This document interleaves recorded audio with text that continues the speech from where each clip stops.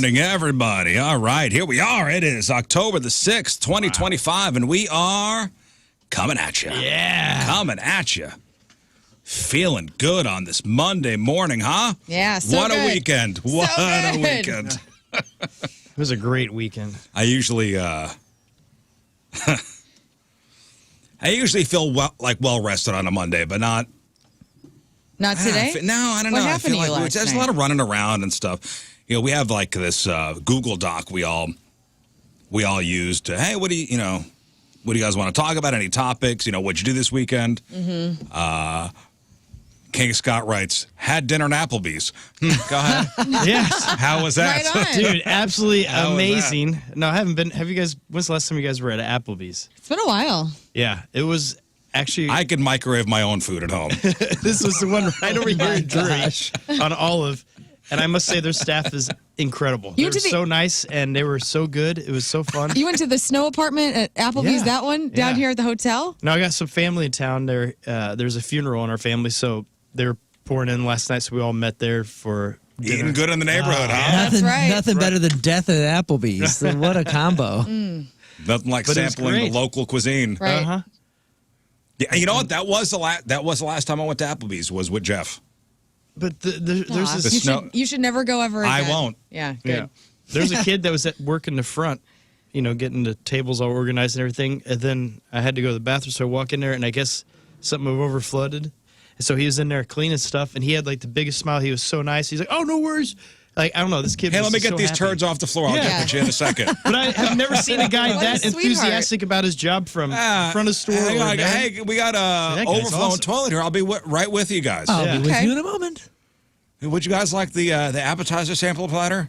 The poo-poo platter. Fried, yeah, poo-poo fried platter? poo-poo platter. The poo-poo platter. Well, I'm glad he went to dinner at Applebee's. Yeah, it was I'm happy nice. to hear. I'm happy to hear a good review. Thank I you. saw Ruby Tuesday. There's one down in where was I? Off of 141, and I thought they were gone. Ruby Tuesday. What year is it right Yo, now? Ruby Tuesdays are great, and I always thought that Ruby Tuesdays were great because they're the only ones that didn't seem like they were the same. I had such a bad TGIF experience when I took my son a couple years ago that I almost like it was so shockingly bad that for the worst reason ever hold it against Applebee's and every other they're all the restaurant same. is similar. See, and that's what kills They me. are. That's what I'm saying. Your Applebee's. I had your such a- TGI Fridays. I had such a your Ruby bad review. Tuesdays. Yeah. No, Ruby It's a different Tuesdays. sign. No, Ruby Tuesdays is. a It's cut just above. different sign. No, you're wrong. Yeah, Ruby You're Tuesday wrong. is fancy. Ruby Tuesdays got. Oh, Ruby Tuesday's fancy? Great apps. Great generic apps. They're good. How dude. would you stack them? From fanciest to Oh, yeah, here we go. Oh, yeah. I mean, where do you throw Tuesdays is hula tops. hands? Probably- Hula hands is probably tops? Hula? oh, for Houlihan sure. stuffed mushroom, get out of here. Yeah, that's number one. Or are they even in the same category? I'm not Do we throw sure. the Cheesecake Factory in there as well? If Macaroni Hula If Grill. that's Hands, the case, I mean, that's numero uno, right? if Hula Hands is in there, then Outback is in there. You're No. you're doing all the same. No, it's a big Outback's a bucket. steakhouse. Is it really? Just because it says Outback, it? Texas Roadhouse, those are its So own. it's like Okay. Outback, then Ruth's Chris. Does Macaroni Grill go in with like No, Olive that's- Garden? That's Italian. Fine. This is Oh. American food. Whoa. Well, then you just narrowed it to Freedom Ruby, fries. Applebee's, and Fridays. Yep. And Cheesecake Factory is American food. Is it? Yeah. It's every food. You can get any type of cuisine at a Cheesecake But you could Factory. also get that at Applebee's. How far do you go with this, though? I don't know. Oh, I we're feel gonna like you go got to all have the way. potato skins on the menu, and that's the category. So if you have potato If you have skins, potato skins yeah, or wings, I'm with that. fine. I'm with yeah. that. What's more American than wings? Potato skins. So Buffalo Yeah, right. Wild Wings is in there now. Or is that a sports Yeah, bar? but that's a That's specialty. chicken. That's chicken only. That's a specialty place. So we've kept it narrow at 3. Okay, so how do we rank the three? Well, Okay, Ruby well. Tuesdays, top, clearly. Yeah, that's the nicest one. And if with his new review, Applebee's is a close second. What about Chili's? Oh, okay. Oh, baby back Chili, ribs? then Chili's. TGI Fridays has to be the worst. Chili's is having its thing now. Chili's is that Chili's is having a moment. Really? Oh, yeah. You ask young people? Oh, yeah. Chili's, they did something where they're being featured on social media a lot. Really? Oh, yeah. good for them. Where they've somehow tapped into the younger audience. Like the tweens. Then I bet you Chili's is above Applebee's. Yeah. Well, I will not be going to a Chili's then if that's where all the tweens are. the tweens are hanging out there. I don't want to hang Tuesday. out with tweens. Tuesday, Chili's, B's, Fridays. That's it. That's the ranking. Chili's? No, Wait, Tuesday. wait. Tuesday? Chili's. Tuesday. Yeah, Tuesday Chili. Chili's, Tuesday. Tuesday. Hula hands. No, Tuesday Chili's. Chili's. Applebee's Fridays. Fridays. Hula hands? Yeah. No, where's hula hands on the list? Oh It's- yeah. I don't, What about have you guys ever had BJ's? You better watch your mouth. You better watch what you're talking No, about. it's on a that- Monday. The Friday's closed Restaurant down over here, Brewhouse. right? They're No, I chain. haven't. The Friday's closed They're down fancy. here? Oh, The one down the street yeah, here? I think. Yeah, Yeah, that's I think gone. it's gone. Yeah. Oh. Because it was a standalone place. that's yeah. the Chick-fil-A. Down the street here? That's a Chick-fil-A now? Yeah, by LeBon. Well, Yeah. Yeah, I'm pretty sure that's the Chick-fil-A. Oh. I think I don't think that building, the Fridays building, I don't think it's been there in a decade. No, I went there on a snow day with Favaz, Okay. Courtney, and it was the only place that was open. That big snowstorm we had maybe 2 years ago. Fridays? Yeah. Oh wait, is this Applebee's or Fridays below the? This is at Applebee's at Drury. Okay. yeah, Yeah, that's the Applebee's. That was closed that day. Oh dang. Yeah, it was bad. The Great Blizzard of '08 or whatever year it was. Yeah. Oh, you know what closed down for good? Rite Aid. Oh, Ooh. R.I.P. Did it? All right, Rite Aid. R.I.P. Across the- I mean, dead at the age of 63. Never went to a Rite Aid. they were. There were a bunch in the area, but they are officially gonzo. I always liked What them the best whenever because they always had better discounts than. Not long ago, Yes. it was one of the biggest pharmacies in America. Now I guess it's tied for smallest because Rite Aid is no more. It's tied for smallest. Because they announced their remaining 89 stores closed last week. So they are officially out of business. Well. R.I.P. Rite Aid. Too many deals. They've been on the ropes for a while, and they went bankrupt in 2023, but still had a $2.5 billion worth of debt. So they had to go bankrupt again this past spring. And if you go to RiteAid.com now, there's just a button to request prescription and vaccine records. And there's a line at the bottom that says, all Rite Aid stores have now closed. We thank our loyal customers for their many years of support. Founded in Scranton, Pennsylvania back in 1962. At one point, there were about 5,000 of them across the U.S. Even earlier this year, they still had 1,200 operating in 15 different states. Golly. They'd been fighting more than 1,000 lawsuits, linked to the opioid crisis for filing illegal painkiller prescriptions. Oops. They'd also been losing ground to bigger chains like CVS and Walgreens. Mm-hmm. And a lot of people just get their prescriptions through the mail now, so it was getting harder to compete. Rite Aid, Bah. bah. We hardly knew ye. Rite Aid, right out. Rite Aid is gone. So Scott had dinner at Applebee's. Great. Yeah, lucky. You guys held a tarantula on Friday night. Yes. Saw pictures of that. Oh, I did it. I did it at the very end. It's incredible. Scott was so brave and like immediately just went and just picked the damn thing up. And then these people at the World Tropical Pets next door to where we were at Get Your Picks on 66 in Marlboro on Watson Road. And they had snakes, they had geckos and lizards, and people are holding everything. And they brought a tarantula over because I'd always wanted to meet one. Oh, and when they were there anyway? Yeah, they were Yeah, right they're next Okay. to our. And it was like a little festival, a little street fest for everybody. Yeah. And it was really fun. And they brought the tarantula over, and the people that worked there were super nice. And I said, guys, I just can't do it. And I was not brave at first. And then Scott did it, and it was very easy for you. Mm-hmm. And then I held a gecko for a while. And then I decided towards the end, I got my bravery, and I couraged up, and I let that thing walk on my palm. And it was a brief second. My husband's like, I don't know if this counts. I'm like, are you kidding me? It counted. It I counts saw because I it saw doesn't it feel neat Thank though? you. It did. It was so light, light and and hairy and scary. And I still am Light, hairy, and scary. light, hairy, and scary. That's what I was in high school. Yeah, and I was proud of myself because I am so Yeah. afraid of them. Well, you faced your fears. Yep. And Columbus, they had a big snake and he had that around his neck and he's like, I'm so not scared of snakes. This is so easy right now. And the snake would look at him. He's like, I'm definitely not scared of snakes. Not scared of snakes. Yeah, this cool is easy. fella. Yeah. Oh, he's a scared of snakes guy? Columbus? Probably he wasn't too scared because he let it, crawl around his neck. But as soon as it would look at him, he's like, ugh. Ah, Spiders, weird. he's very Columbus. doesn't Like people are spiders. afraid of him. Oh yeah, there were children that were People upset. are afraid of him. Snakes are afraid of clowns. Clowns are afraid of snakes. But you know what? We had a listener couple, Katie and I can't think of her little baby's name. Little boy, he's like 4, and he was afraid of Clownvis when he got there. and he was hiding behind mom and dad. And then he got the courage to go up and take a photo with him. And I thought, you know what? If this little boy can be courageous with a clown, I can be nice. courageous with this spider. Did you buy yourself Legos? Because isn't that what he got if he? Yeah, nobody bribed me with Legos, which is Okay. upsetting. It's like rock, paper, scissors, like something always beats something. It's snakes, clowns, and ghosts. Wow. Yeah, it was Happy Halloween. Well, you know what's funny? When Clanvis was here on Friday in the studio, we had Reese Darby here from Flight of the Conchords and Jumanji, and a whole bunch of stuff. I think he was legit scared of clowns. Yeah, he was uncomfortable. Oh, you think so? Yeah. He did get a little weird fudge. at first. He goes, Oh, I do you, do you see that? Bigfoot. I mean, I'm not upset about it. Yeah. That seems to be a him problem. If not Clown a just military. wasn't as lovely, like if he was just standing and looking at me, I don't know if I would feel okay, but he's so lovely. Well, anytime a clown is standing there expressionless, staring at you, it's weird. Yeah, he And did that's come Tim in Curry's silently. I didn't think about that. yeah. And I'm glad he wears sunglasses. His eyes do that whole. Yeah. They never They're all look in one wonky. Googly direction. eye. They're all wonky. Yeah. Speaking of Tim Curry, did you see him? He's did. he was on social media. Or it was Tim on Curry social media. was, the original It.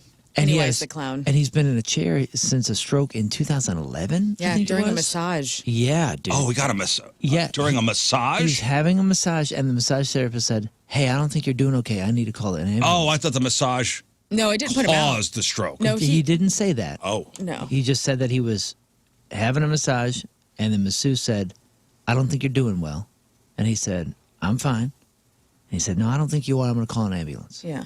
And he said, "And I've been in a chair ever since." Oh, so the masseuse caught it. Right. And the masseuse caught it, yeah, Thank God. because he said he didn't know anything happened. Oh, I thought you were going to say the masseuse hit a certain spot and caused no, a no, blood no, clot. Or... no. It was a stroke. Oh, boy. And he said he didn't know he had it. Obviously, there were physical signs that he didn't know what God. happened. But that's his first time, I think, speaking to any. He's even addressed it. Yeah, that Poor he's dude. that he's addressed the public at all. I That guess it was the at a- 50th anniversary Rocky Horror. That's That's what what it it was. was. Yeah, I Great love Tim actor. Curry. Oh, I love him, yeah. Beloved. Yep. Played a good guy, played a bad guy, don't matter. Mm-hmm. Ah, it sucks. I'm alone. It does suck.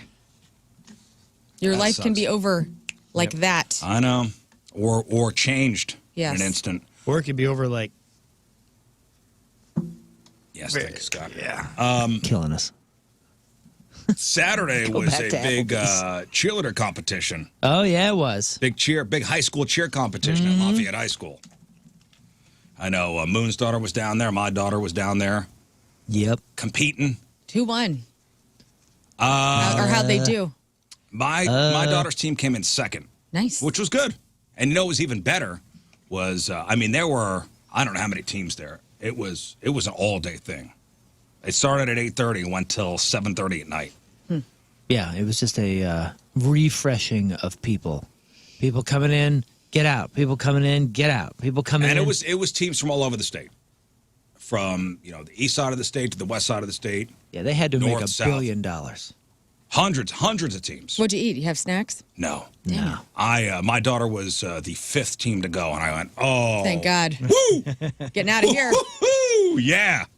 Yeah. I saw the schedule come out. Yeah.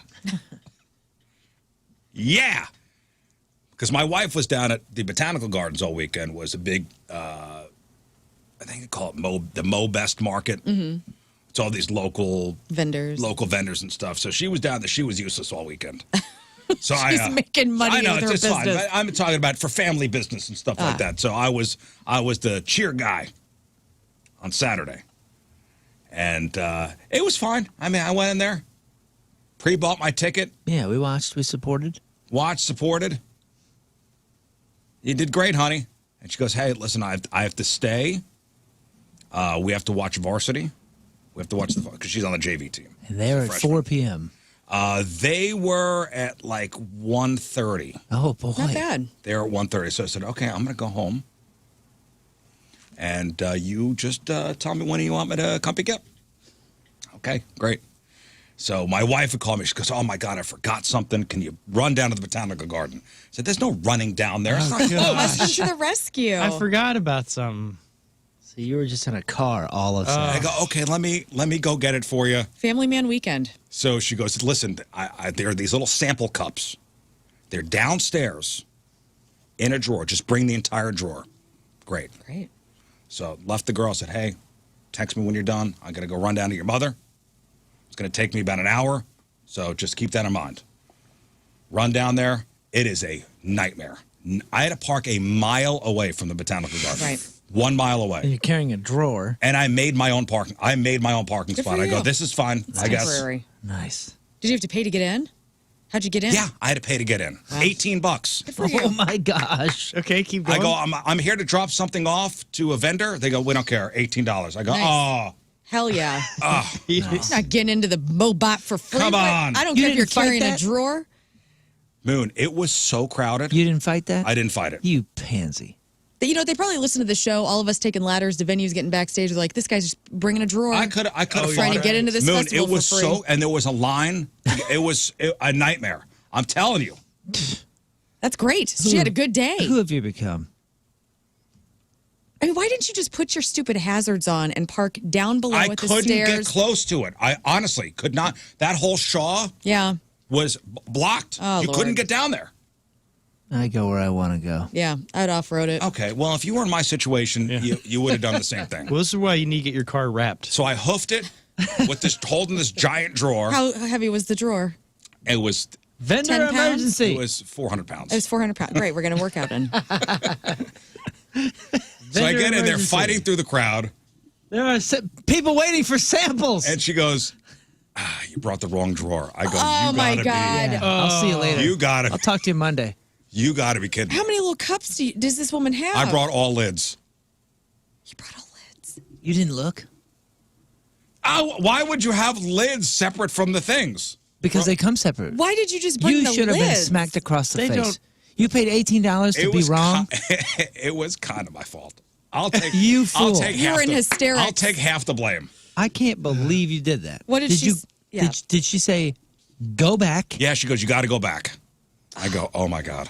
Go to the Did store. you call your neighbor? So I hoof the. Riz, what are you doing? I grab. Was it an all-day bracelet? Do you have to pay it again to get back They in? stamp me. Okay.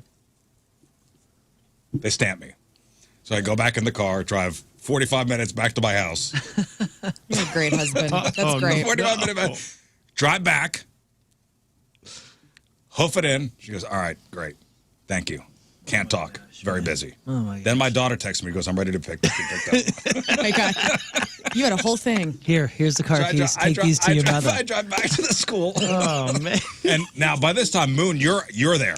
You're at the school. Yeah, I was there at 1:45, 1:50. Packed, right? Packed. It's so slammed Packed. that it felt like the air conditioner broke the week before. People were passing out. It was so hot in there because there were so many human beings. So I grab the girl, bring her back home. Okay, she goes, I want to have some lunch. I go, do whatever you want. I go, I'm just going to go lay on the couch at this point. And she goes, you got to take me back to the school in 20 minutes. I go, why? She goes, I got to watch Varsity. I go, I thought that's what you were there for. Right. Yeah. What was Well, she She doing goes, the no, whole but time? I wanted to go home for lunch. I go, there's a, Good God! oh my God. You've got to talk this out with Dang me. it. I go, what? She is your kid. That's you. That's so good. I go, oh my God. Really? She goes, I have to go back to required. I go, get in the freaking car. So I said to my son who just got up, now it's like Nice. 12:30. I go, hey, you want to come? We're going to watch Varsity and we'll come back. He goes, all right. He reluctantly gets in the car. We drive to the school. I drop her off. And he goes, oh, we're going to go in? I go, Oh, my Lord. Nobody knows what's going on. That dude's awesome. yeah, we're going to go in. He goes, I'm going to sit out in the car. I go, dude. I'm like, you want me to just drive you home? He goes, yeah, if you could drive me home. Unbelievable. So you're adding another trip? So Why not? I drop her off, drive back to my house, drop the boy off, drive back to the school, walk in. I go, it's so hot in here.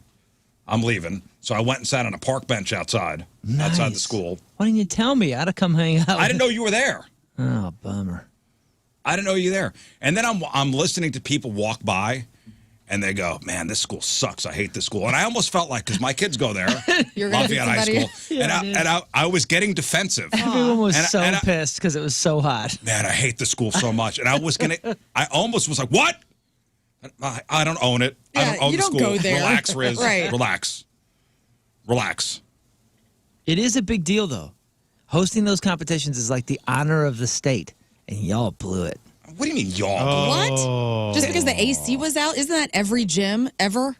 I don't know. It's 88 degrees outside, and you have 6,000 I'm people sure they cycling had the through. AC on. I'm sure they didn't cheat. I'm sure they didn't shut the AC off. I'm not saying anything. I'm just telling you what people were I saw thinking. nobody pass out. Plus, that seems to be a they problem. Drink some water. Right. Hydrate. Hydrate. Wear less Right. clothes. You're fine. You're an adult. Hydrate. Just thought you guys were. I walked in. What you guys? I wasn't in charge of anything. I thought you guys I just would have was presented dropping a bit people better. off. Look at us. We're West County people. I was just dropping people off. So the girl comes back out. She's like, all right, I'm done. I go, thank God.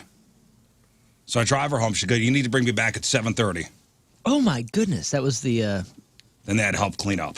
They had to that's break nice. everything down. because of the locals. My God, don't they have like a bus that they could charter around these girls Yeah. like to home? I mean, my house is 6 minutes away. I know, but I'm just trying to give the parents a break. I mean, you had a big day on Saturday. So I bring her back at 6:30, and I go, just text me when you're done. So she texts me at 9:15 to go pick her up. Okay, go pick her up. She goes, hey, she's standing there with another girl. She goes, you got to bring Britney. so-and-so home. No, I think it's Kayla, Kylie. I think there's Yeah, 400 Kayla or Kylies it's- on the team. it's Cute. I go, oh, God, get in the car. Hi, Mr. Rizzuto. All right, I'm not even going to stop the car. Just, I'm going to be rolling, and you just run out. Hey, I was talking to my best friend about this over the weekend. She's got the fun house where all the kids want to come. Is that your guys' house? Like, do all the friends of your kids want to party and hang out at your house and slumber party and hang Now, out here's after the thing. school? My kids, They used to.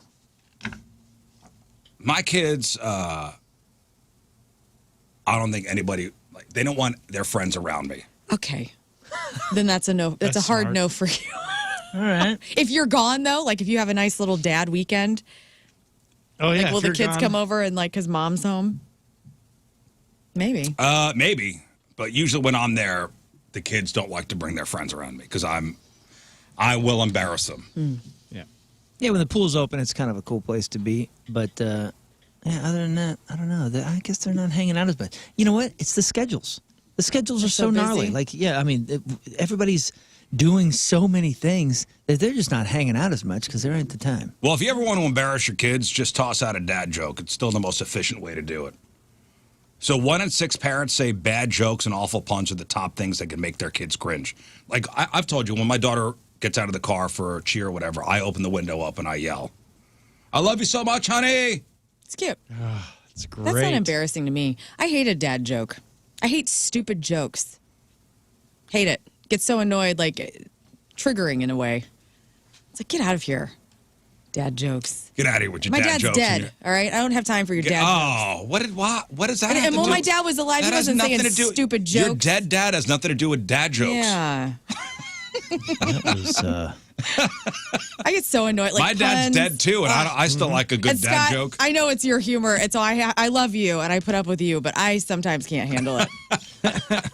You want to jump on him like a spider. I do. get Like, it. you Just know, claw his sometimes eyes the out. goo, I just I want to understand. Kool-Aid man through the wall. I understand. You're just not highbrow.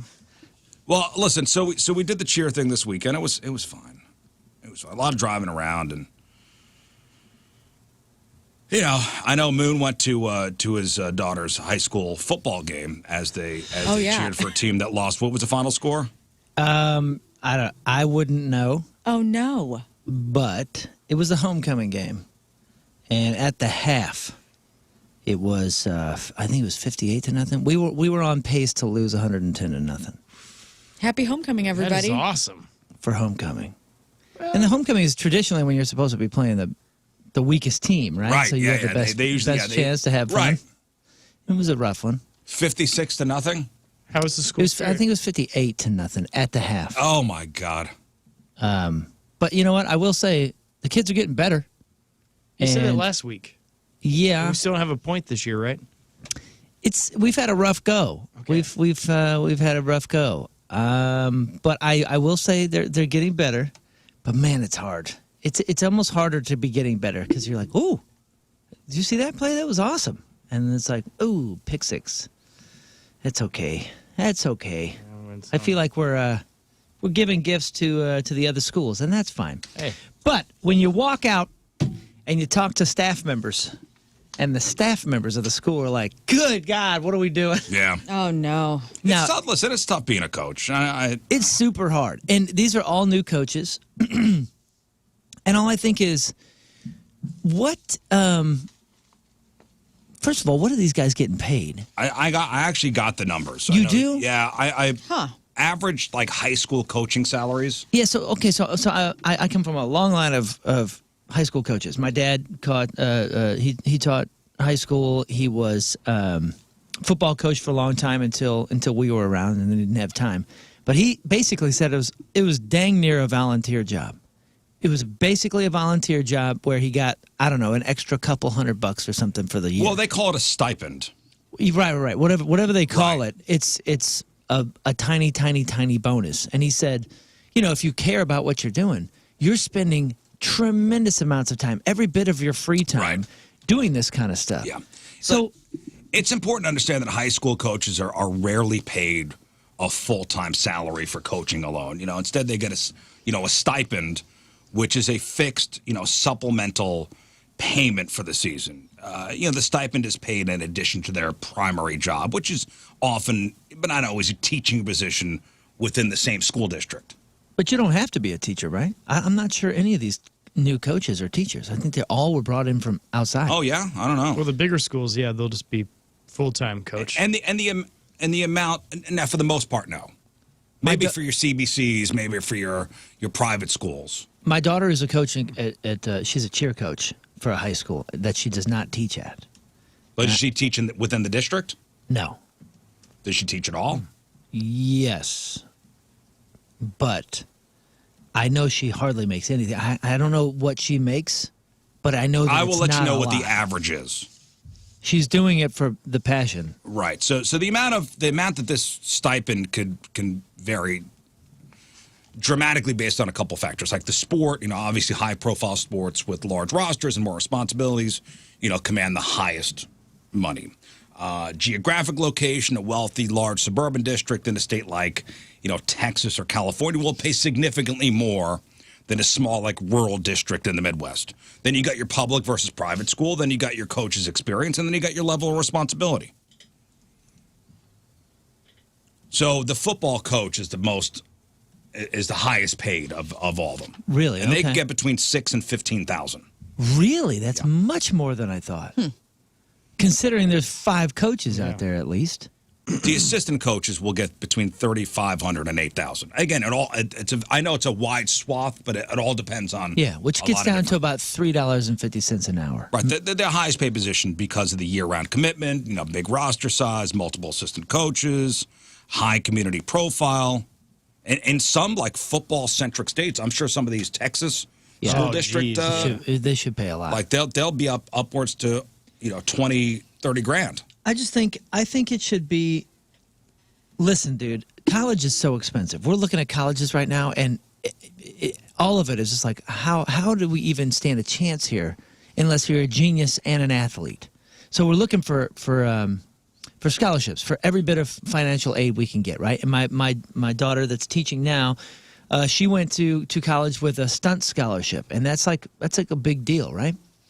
You would think that these high schools would have such a price tag on the coaching gigs, and if you're not delivering a win in 6 years, you're fired. Right. All right. You're out of here. All right. So football's number one. What do you think the second highest paid coaching position in high schools are? Cheer. Basketball.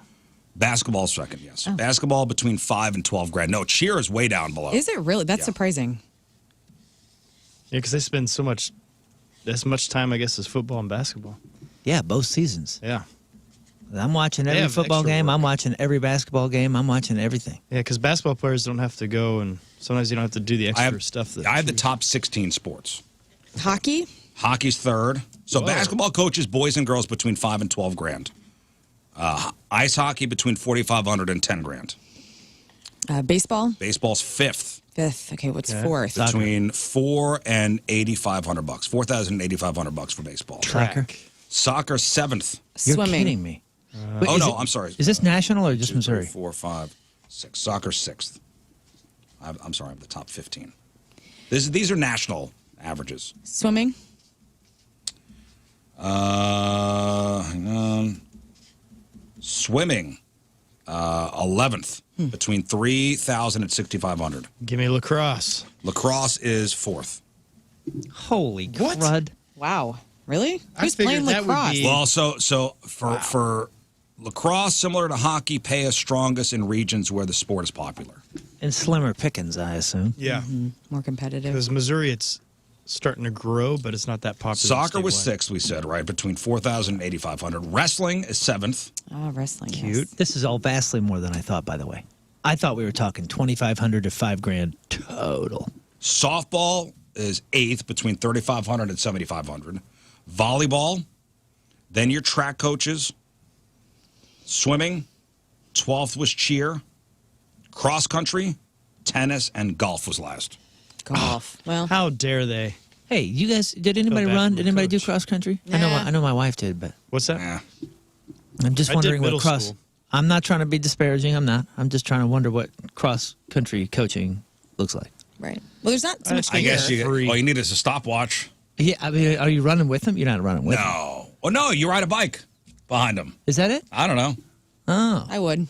Be like lazy on Mike coach. Tyson's wear the Punch Out. bikey Right, shorts. exactly. You got the bike shorts. Exactly. No, my thighs chafe too much for cross country. You know what I mean? Thunder thighs. I'm gonna need you to It run always from here rains. all the way around the town and back I here hated it. in a shorter amount You of ran time. cross than you did it country? yesterday. No, I tried. Like, you know how you did run the mile for Yeah, PE? yeah. I 4 was like, I laps. can't do this. Yeah, it's like, a I was long- so upset the whole time. I felt like I was in prison. I think. Like, my thighs hurt. But I think it always rains for every one of their meets, like whenever they do it.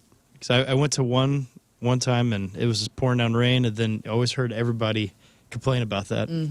We all had to run the mile in school, right? Yeah, it was Yeah. the Yeah, presidential. Wait, now it's back. Presidential physical fitness. Yeah. In elementary school. You had to do the pull-ups.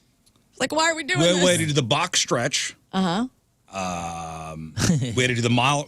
I remember we had to do the mile run because we always had to wait for Michael Schiffman, who was always last. Michael. Michael had one leg shorter Schiffman. than the other. Well, okay. No, it's So that should have been easy. Which way do you run on the track? Did it? Could you tell? Like, was Was it it very? advantageous for the track? Just help him go. How did you know his leg was smaller? Did you tell everyone, or could you see it? He had he had a wobble. yeah. Oh, poor guy. So, wow. what was your fastest time? Do I you don't remember? remember. Oh man, 10 'Cause I minute mile. almost got 4. It was don't like remember. 5.8 or something. I Holy almost got to crud! 4. Really? That's Well, my buddy Travis beat me barely, and it was so And annoying. look where that got you. yeah, know. dude. Now we had a thing in the soccer tryouts that you had to get under. You had to do 2 miles in under 13 minutes or you're cut. It was like right in the beginning of the summer too. Like right, you know, 2 like, miles in under 13 minutes? We'd all been Kill me fat now. and You could video walk gaming that. and dumb all summer, and they're like, "All right, guys, first day back. You're off the team if you can't do this in 13 minutes. Clock starts now. Go." I guess now with AirPods, like, can the kids wear AirPods for if they're running?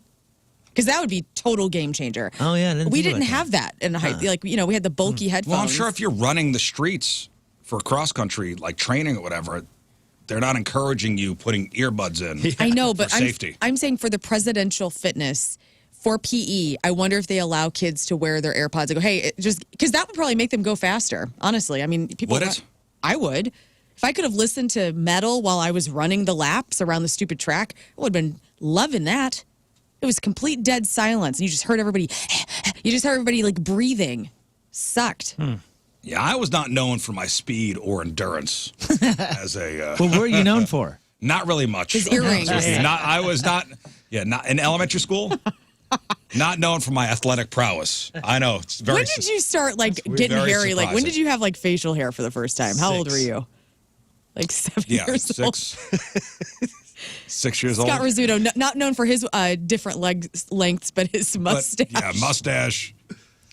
It's good to know the coaches are getting. I mean, that's national average. I wonder what it is around here. I thought about it the whole time. All I thought was like, these are new coaches. When do they have to show something? And give them a season or two. Hey, are the kids having fun? I'm not sure, and that's why. And you know, I feel bad talking about it because I'm trying to support, and they are getting better, and you know, I get it. It's whatever. But when I was walking out, that's what I heard. A staff member goes, "Man, they got to do something because the good kids are going to come to this team and they're going to start playing and go, I don't want to do this." Well, I feel bad for, and you know, we're fathers of cheerleaders. When you're cheering for a team that's losing 56-0 at half. That's what I'm trying to say. All right, girls, got to maintain that pep. And that's what the staff member was saying. She's like, dude, you're gonna have, you know, some kid want to play football. He's gonna go through all the process, and then he gets here to high school and makes varsity as a freshman, and is gonna go, I don't want to get beat. And listen, we bring this up. Today is National Coaches Day. Hey! Today is National Coaches Day. Heck yes, dude. Shout out to Coach Ross. And this is for every coach out there, not just in sports, but life coaches, business coaches, you name it. It's a day to thank the mentors who push us to be better. So we salute you, coaches. Thank you. Thank you. Thank you, coaches. No matter how much you make or what sport you're in. Hell, golf coach. Why not? Keep Why not? coaching. Most important Keep coaching. one. We need these scholarships. Good coaches. We need these motivation. scholarships, guys. We need good coaches, or else you got kids out on the streets running amok. Yeah, doing drugs Exactly. and Well, God only knows what. anybody ever steal a car when they were a kid? No. A car? What do you classify? Like stealing your parents' car, maybe even. Not like Scott and I took Grandma's car, and I'm But it not wasn't sure really anybody stealing knew. as much as. Yeah, we never saw it that way until I told the story once, and my wife was like, "You stole a car, dude," and I was like, "No, it we ended never up in stole the same it." spot. See, we're still denying it. How old were you? 12 12. But who? Were you? Did you take it on the streets? on Or was dirt, it just dirt roads. private property? No, No. it was. Listen, Did you put anybody in danger aside from yourself? Honestly, I mean, I'm not sure Maybe. how you classify that. did you put other people? Did you put was the public at risk? No, there's not really much public over there. Listen, by the law, yeah, we were. well, I mean, we it's were a legit 12 and question. 13-year-old Yeah. kids driving a car in dirt roads in Missouri. But there was no. It's one of those areas. Were you a danger to other people Again, dude, aside from yourself? You're back in your 12-year-old body going, this is fine. Yeah. This will, I don't think we even saw a car. but my Yeah, wife we were is right. passing- We stole the family's car and took it on a joyride. Dude, this is. So you want to know? That's sweet. We stole a car. Yeah, we did. All You want to know what the kids are doing? Yeah, I do. So this is a story out of Arizona. Officials are investigating a late-night wreck involving a 13-year-old who was hammered while driving a stolen car with an 11-year-old passenger. Whoops. Take the alcohol out of it. This is Moon and King Scott. So here's a breakdown of what happened. It happened in the early hours of last Tuesday morning near Flagstaff. According to reports, the 13-year-old took a Chevy Silverado. Oh no, that's nice. That's Ours big was a one. Renault, by Yeah, the way. ours is a little different. A Chevy Silverado from the Flagstaff Police Department's property. Okay. Ballsy. So around 1 a.m., the kid took off, speeding down Interstate 40 at over 100 miles an hour. At some point, the kid lost control, crossed a median into the wrong direction in traffic, hit a guardrail, rolled the car several times, and then slammed into a tree. To give you an idea of just how violent this crash was, the force of the impact was so strong that the steering wheel broke off and was found 50 feet away from the car. Oh my Holy gosh. smokes. Miraculously, both the 13-year-old driver and the 11-year-old passenger survived and were Thank taken to the God. hospital with injuries described as not life-threatening. Whoa. That's the car we stole. A 1980 Renault? Is a 1980 Is it Fuego, technically yeah. stealing if it's that one? Like I can see the truck is actually stealing. I mean, but this is that a really pretty go-kart. That is cool. That is It was a fun ride, I will I say. had an uncle who had a Renault. Yeah, look, I mean, listen, it In moved. its time. We made had it its time. go. They need to come back. Come on. It was easy Back to the- learn. Across the pond here. So with these two kids, when authorities investigated, the 13-year-old had a blood alcohol concentration of 0.183, which is more than twice the legal limit for an adult in Arizona. Wow. Man, I'm taking that kid's PlayStation away. Yeah, Yeah. It's amazing they're alive. That's crazy. What's amazing is a Chevy Silverado push button start. I don't know how those things. Some are. Some are. What year was it? It doesn't say. I guess the guess kids, so. you know. I guess the kids could figure out how to start a car. Yeah, they're watching. Yeah, I mean, They're watching. Very observant. But it speaks highly on that safety of those trucks. The fact, because I've seen pictures of this, and it is. It is. Yeah, I just told a you the steering wheel was found soda 50 can. feet away from the car. Yeah, it's a soda can just smashed down, but That's insane. they barely had injuries. That's crazy. Yeah. Yeah, all we had to do is look out for dust clouds, which meant, a car was coming. Yep. And keep it in between the irrigation ditches. Easy. That's it. That's what Well, we listen, did. I just want everybody to stay safe out there. Yeah, do as I say, not as I did. Maybe we'll just ride our bike everywhere. Oh, wait. Oh, wait. Oh, no. Doggone it. This is local. And you know what? Some good news, guys. Good news from the Kirkwood Police Department. They've announced they've made an arrest in 2 separate and, frankly, pretty scary assaults on cyclists that happened over the summer. I don't know if you guys heard about what was going on here. So police arrested 22-year-old Kyle Valentine, who apparently hates bike riders. Hates them. Has no patience for them. And he's now facing some serious charges, including assault and leaving the scene of a crime. So this all goes back to 2 incidents in July where cyclists reported being attacked by somebody driving a black Jeep Cherokee. So the first incident happened on July 12th on West Adams. Where's West Adams? Is that near the park over there? Yes. Yes. That's near Kirkwood Park. West Adams. West Adams. Yeah, that's Yeah, by, West Adams and Geyer is the Right, Kirkwood that's Park. Kirkwood Park. West of Yeah. East Adams, yeah. Okay, thank you, Scott. A cyclist told police that the driver of the Jeep got into a verbal altercation with him while they were stopped in traffic. It escalated quickly. The driver threatened to run the cyclist over before getting out and then hitting him with the car door. Incident 1. Then the second incident, which was 11 days later, July 23rd, another incident occurred at Marshall and Timberbrook. A different cyclist said the same black Jeep passed him very aggressively and then swerved in front of him, slammed on the brakes. Cyclist slammed right into the back of the car, Huh. leaving him with multiple severe injuries. Oh, gosh. Goodness, man. Look at interesting mugshot, too. Interesting hair. He didn't look like a cyclist hater. Right? Mullet that has not been shaved What in does a a while. cyclist hater look like? I'm not sure. I don't know, but it's not that guy. But this guy's kind of like a, like a Ren Fair, sort of like a. Exactly. He's a you know what he is? He's a unicyclist, and he hates that there's Well, two wheels on that. Like The I have fact that he- Stonehenge playing in my head right Well, now. the fact that he stopped, like swerved in front of the cyclist, jammed on his brakes, and the cyclist slammed into the back of him. After investigating over the last couple of months, police tracked down Kyle, arrested him. He's in jail, the St. Louis County Justice Center, on a $30,000 cash-only bond. Man. I was driving through Kirkwood yesterday, and there's like they're golf carts, but they're like souped up golf carts. You know what I'm talking about? These $20,000 golf carts. Yeah, man. I was getting so annoyed. They got cooler wheels than I do. They had like the whole family, and it was like a 4-pack of people, and they're just These are driving flaring. 20 miles per hour. I'm like, come on, man. Like, move it. And to get one of those carts, I'd like to thank my hat sponsor, Getaway Carts. Yeah. Yeah, buddy. 2207 South 12th Street, getawaycarts.com. Listen, I'm not blaming the cart. I'm blaming the people driving.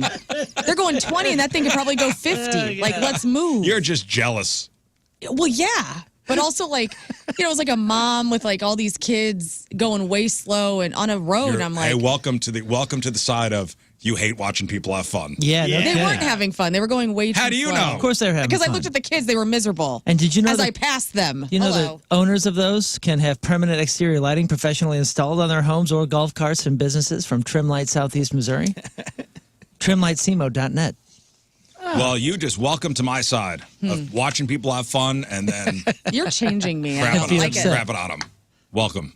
Just wait till we talk about the new Taylor Swift record. Oh, Lord. Prepare. Oh, dude. I got a couple things to talk about that. We'll get into it. Yeah, Crap I on. bet we will. Reviews are in. Okay. The numbers is in, too. Well, the numbers are in, yes, because people are idiots and buy anything. Okay. These are your children. My children didn't buy anything. We love Busch Light. Busch Light is running a new promotion, and Busch Light is known for their excellent marketing. Mm-hmm. We've praised them in the past. Whoever their marketing team is, Good on you. good on you. Remember that whole thing they did, Find Us Out in the Woods? Yeah, that Yeah, it was was brilliant. awesome. Brilliant. I have one of the shirts. I do 'Cause too. Team Rizz members, went down there, and they were some of the first couple hundred in line. Yeah. And got us Bud Light- some of that exclusive merch. I'm sorry, Busch Light with their marketing, they do good. So they're running this new promotion now that's getting national attention. Basically, they're offering one lucky person 19 years worth of beer, which is a massive prize. But as you can probably guess, there is a catch. So to win, you have to legally change your first name to Hunter. What if your name's already Hunter? I don't know. Apparently, the company's doing this because the name Hunter, which they associate with their hunting season cans, Yeah, the camo can.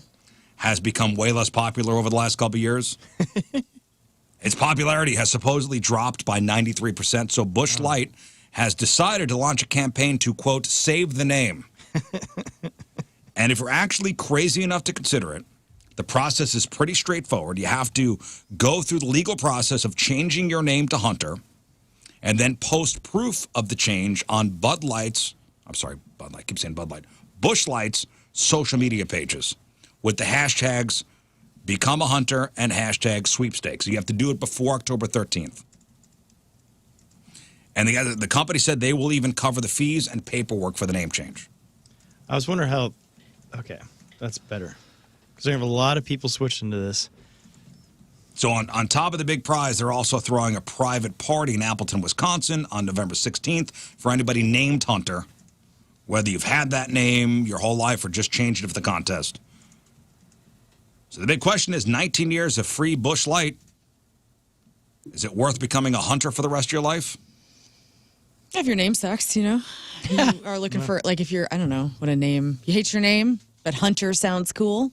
Hunter Rizzuto instead of Scott. Yeah. You know? Whoa. Yeah. Yeah, that does sound cool. More gravitas. Yeah, now it's got more, a little more masculine. Yeah. Hunter. What if your name is already Hunter? Yeah. You ask? Well, then you're not in the contest. Sorry. Wow. I don't know. You're not in the contest. It's Hunter. Not everything is for you. Not everything has to be for you. Yeah. I'm trying to win. My name's already Hunter. Well, I'm sorry. This contest is not for you then. Well, you're leaving all the hunters out. Well, you know what? There's other contests that maybe you're eligible for, but not this one. Yes. Sorry. Rename yourself Thatcher, get a golf then membership. change it back. Yes. You have a week.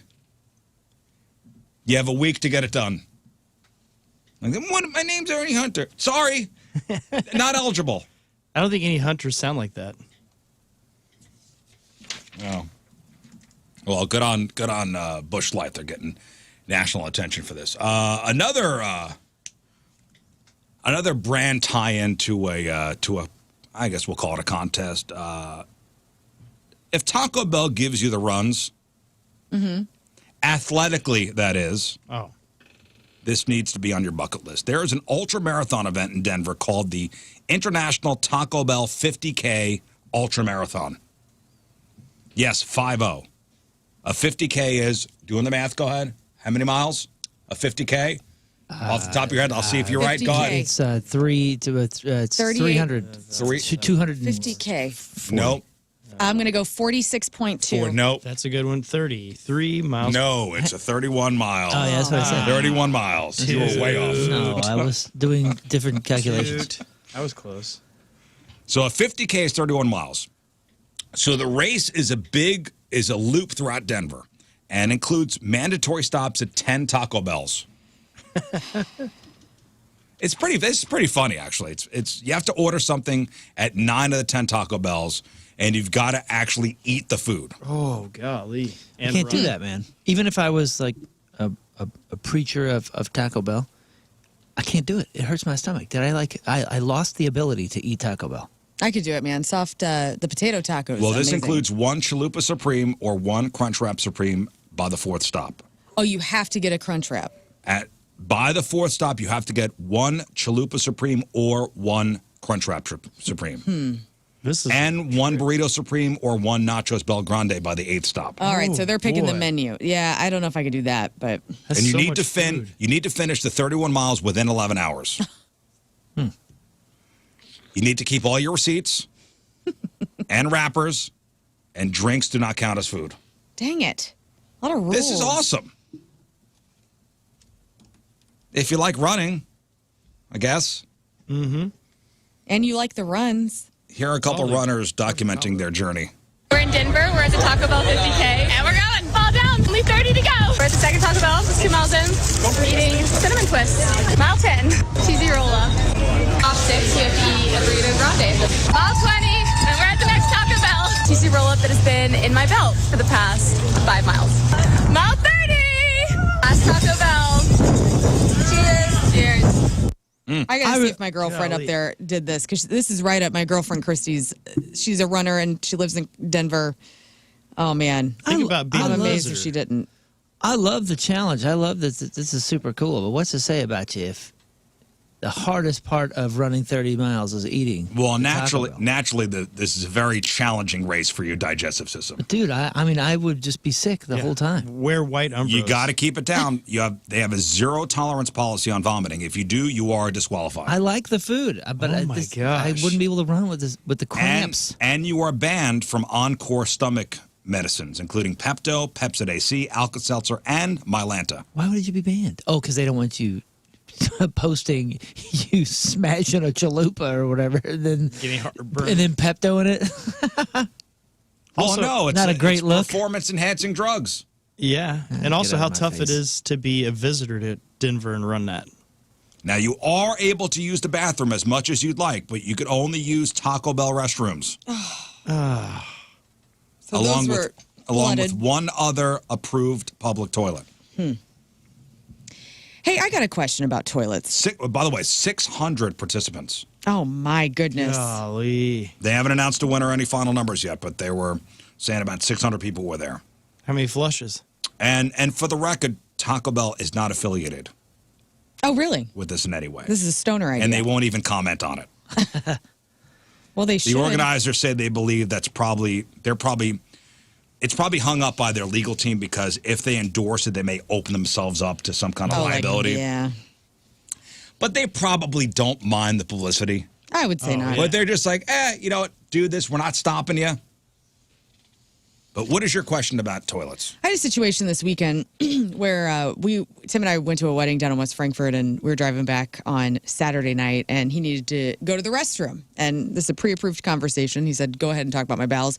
He needed to take a dump, okay? Yes. Yeah, so dude. we filled up for gas at this little rest stop, and there was somebody in the one stall in the men's restroom.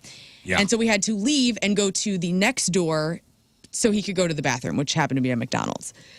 My complaint as a woman is, why do you guys not have the same amount of stalls as us? Like, why do you guys need a urinal so bad? Why not just have toilets with stalls like the ladies' restroom? So, I think there's a bunch of different reasons. okay, I want to hear them. Okay, number one, a toilet stall is a bigger footprint than a urinal. Sure, but it's next door already, if it's a male-female dynamic. Well, what do you mean? Like a ladies' restroom has the footprint. They're normally the exact same size or maybe a little bit bigger. So you have 3 stalls for the ladies because we don't need a urinal. And then in the men's, you have 1 stall and then like a wall of urinals. Right. Because normally it's just unzip and go and be out. It's more of it's efficiency. I understand that part, but also you can just pee in a toilet. So like... Well, just from an owner's perspective, if you're an owner and you're putting in 2, you'd want the urinal just because it's easier to clean. It's much easier to clean. Yeah, less water as well. You're not going around anything. You're literally mop, mop, mop. And this is pretty much already kind of self-handled. People standing up and peeing on a toilet is much more disgusting. Sure. And it reduces lines if you could put 3 urinals in for every 1 stall. I think it also reduces Yeah, but you water guys got to consumption. take dumps like the girls do, and it's like you still. I Not would in say public. let's have the efficiency of. Yeah, but more people are going in having there the to stall. pee How many than to dumps take are you a dump. taking? I mean, we don't I poop mean, as much as women. what day so. is it? Well, I'm saying I'm serious. Like I mean, I bet you the amount of dumps is the same. So you're probably, like I mean, people take like 2 to 3 poops a day. Okay, that's like but- a healthy poop. but but chances not in are- a public place. But chances are you're going in there just to pee. I know. And guys. Are you jealous? No, I'm not. Actually, my husband agreed with me. He's like, I don't understand why we have urinals because it doesn't make any sense. Like, men need to poop too. And like, these are off the highway places. But not as much as you have to go. Yeah. I think he's placating one. you. Number A lot one. more. I think he's placating you. No, he's not. He was like completely on board because he was frustrated. He's like, gosh damn it. It's a space. one and stall. It's a 100% space, efficiency, speed, convenience issue. Yeah. So you don't see it. You don't see the need for stalls. No. Also, it's weird to me that like it's just out in the open. Like, wouldn't you want privacy? No, we don't care. It's interesting. Once you get past a certain point, I mean, we don't care. sometimes there's. I could do anything in front of anybody. Also, it's weird, like as a woman, when you walk by like a men's restroom and like the door swings open, and if they're not situated correctly, like, and you accidentally kind of like glance, you're like, oh my God, you can see like the top of the urinals. It's just inappropriate. I don't know. I had a lot of Is it I had a lot of stall inappropriate? thoughts this weekend. Inappropriate. It's fine. Like, I don't want to see that. I don't want to, like, you, if you walk here past the ladies' room and the door swings open, you're not seeing anybody doing anything. We're all in our stalls. I mean, You're not seeing anything here either. No. That's weird. I walked by and I'm like, God. Well, no, What? there's a big wall There's a here. I know what you're wall. saying, We though. got a wall, we got a Sometimes there's a billiards restaurant. table. Dude, sometimes in a restaurant, you open the thing, and you could be peeing and look at people dining. That's what I'm talking That is about. the best. That's absurd. That's weird. Yeah. That's wild. Also- Here, they have like a full wall where you can't see nothing. Stalls are bigger and more expensive. You're already making the investment though for one side of the But also restroom, though. conserving water. I mean, think about a Urinals hardly bar. Use any Let's say water to let's say you flush. own a bar. Ain't nobody pooping in that unless it's Unless an it's an emergency. Yeah. Like You the Greek There's- wall. all the men I know have emergency poops though. Like, Well, yeah, and there's that's a why there's stall, one there's toilet. a stall, 1 or 2 stalls. But you got 7 or 8. We're doing trough urinals at this point now. doesn't make any sense. Oh, man. but it does because you got so many It dudes. makes And all what the are you sense. serving? You're How are serving. you not wrapping your head around You're this? No, I mean, serving I get- liquid. I think this is big urinal has marketed you guys so good that you guys think you need a urinal. You really don't. Like, as somebody that's never needed one, I love a stall. I'm used to it. It's private. It's lovely. You guys you're conditioned to think that you have to pee in a trough and that's okay. It's really like so much better. And you guys have even talked about this, like loving a bathroom that has the top to bottom. Yeah, if I Well, yeah, privacy. when I got a Yeah, if deuce. I got a deuce. Yeah, but it's kind of like the airport or something. I really don't want to. The less amount of things I have to touch, the better. So Sure. you Yeah. walk right up to the urinal, boom, boom, you go wash your hands. You're Yeah, out. it's You also a hardly have hygiene any thing. germs. Okay, so you're pro urinal. Yeah. This is a 100%. pro urinal show. They- You are talking. Interesting. We're gonna You are put talking 3 to in this people room. that we are conditioned by biology to Speaking of pee urinals. anywhere, anytime. It's a gift. So It the is. urinal's the closest thing in nature that we're going to get that's appropriate. You know what I'm saying? Like, we're not conditioned by big urinal. We're conditioned by But you also biology. don't have them at your house. Like, if it was the efficiency of cost, if it was the efficiency of just doing it. Because we don't operate in high volume unless you're at Moon's house. There's not 1,000 people vying for the bathroom. But nobody is installing urinals at their homes. They are installing I've toilets. looked at houses and there has been urinals in houses. Okay, these are rich people that are. No, we have an these are emailer. not rich Remember, houses. we somebody emailed in and like sent a picture. And I they find it fascinating. And the wife was like pro urinal because she didn't want him using her toilet anymore. I'm just saying, you're conditioned to pee in public in a urinal, but not at your homes. It's interesting. And my husband, he's not placating. He's very much on board. He wants the privacy. He doesn't want people looking at his wiener. Like, he just wants to be Fine, then use having the the stall. facilities. We have options. Not Give when us they're the ur- not when Listen, they're all. We got the urinals. What's it's wrong fine. with options? Options are Yeah, tight. you got to have options. Yeah, you got to have that. We got the urinals and bars, and you guys could walk in with zero money and still drink for free. Fine. Good point, This is the okay? trade-off. That's This is the it. trade-off. And now we're even. You could walk into a bar and with zero money, and you could still drink all night for free. Give us a couple urinals in the bathroom. Okay, fine. I just want to make sure I'm checking in with you guys. Yeah, that you're yeah. cool with it. Because No, my it's man was interesting- not cool with it. Interesting thought. Interesting question. And Yeah. you know what? These are the kind of things that need to be pushed on every once in a while. I didn't think this was we need to think about this every once in a while. Why? Because it's big urinal, dude. And I just want to make sure you guys aren't brainwashed. The Toto company? What, American Standard coming in hot? Yeah, Toto. American Standard. See, they even do that. American Standard is this urinal. It could be something else. My hat today is sponsored by This is big urinal. Big urinal. Speaking of that, this is a debate that has raged in every person's mind at some point. Are public toilet seats actually safe to sit on? No. My God, please. I don't Put care. a barrier. We've all been there, staring at a public toilet, wondering if we should build a nest of toilet paper or attempt the dreaded hover. The dreaded hover. Or just brave it and just put my bare ass cheeks on this. Yeah, I don't care anymore. On the plastic. I'm going to stop thinking about the things I can't control, and you know, I wipe it. I do the homemade gasket. According to a recent article that breaks down the science, the answer is surprisingly, yeah. For most healthy people, the risk of sitting on a seat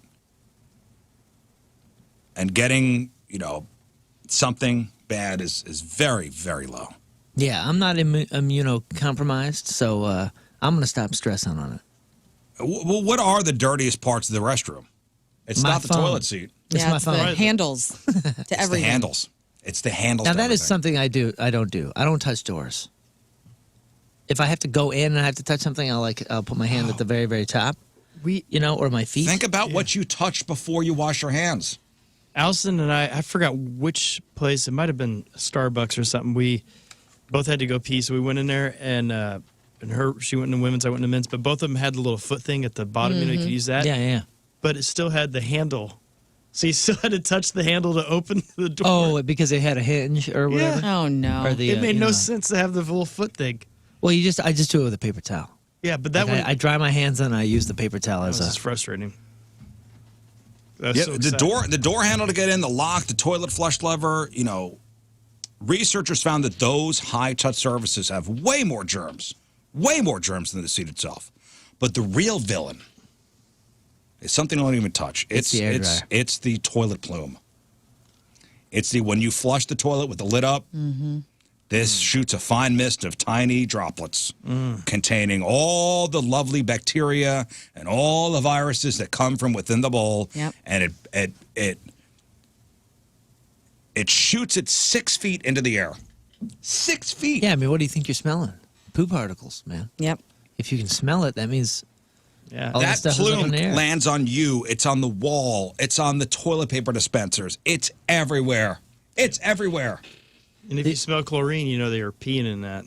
The time that I think about it the most is right around 10:15, 10:20 when I go in there to do my thing. I must be following somebody that's sick. Somebody's going to announce something soon in this building. I'm telling you. What? When you bring up the hand dryers, because those act like germ. Oh, no. I'm telling you, man, there's one of these brothers is sick.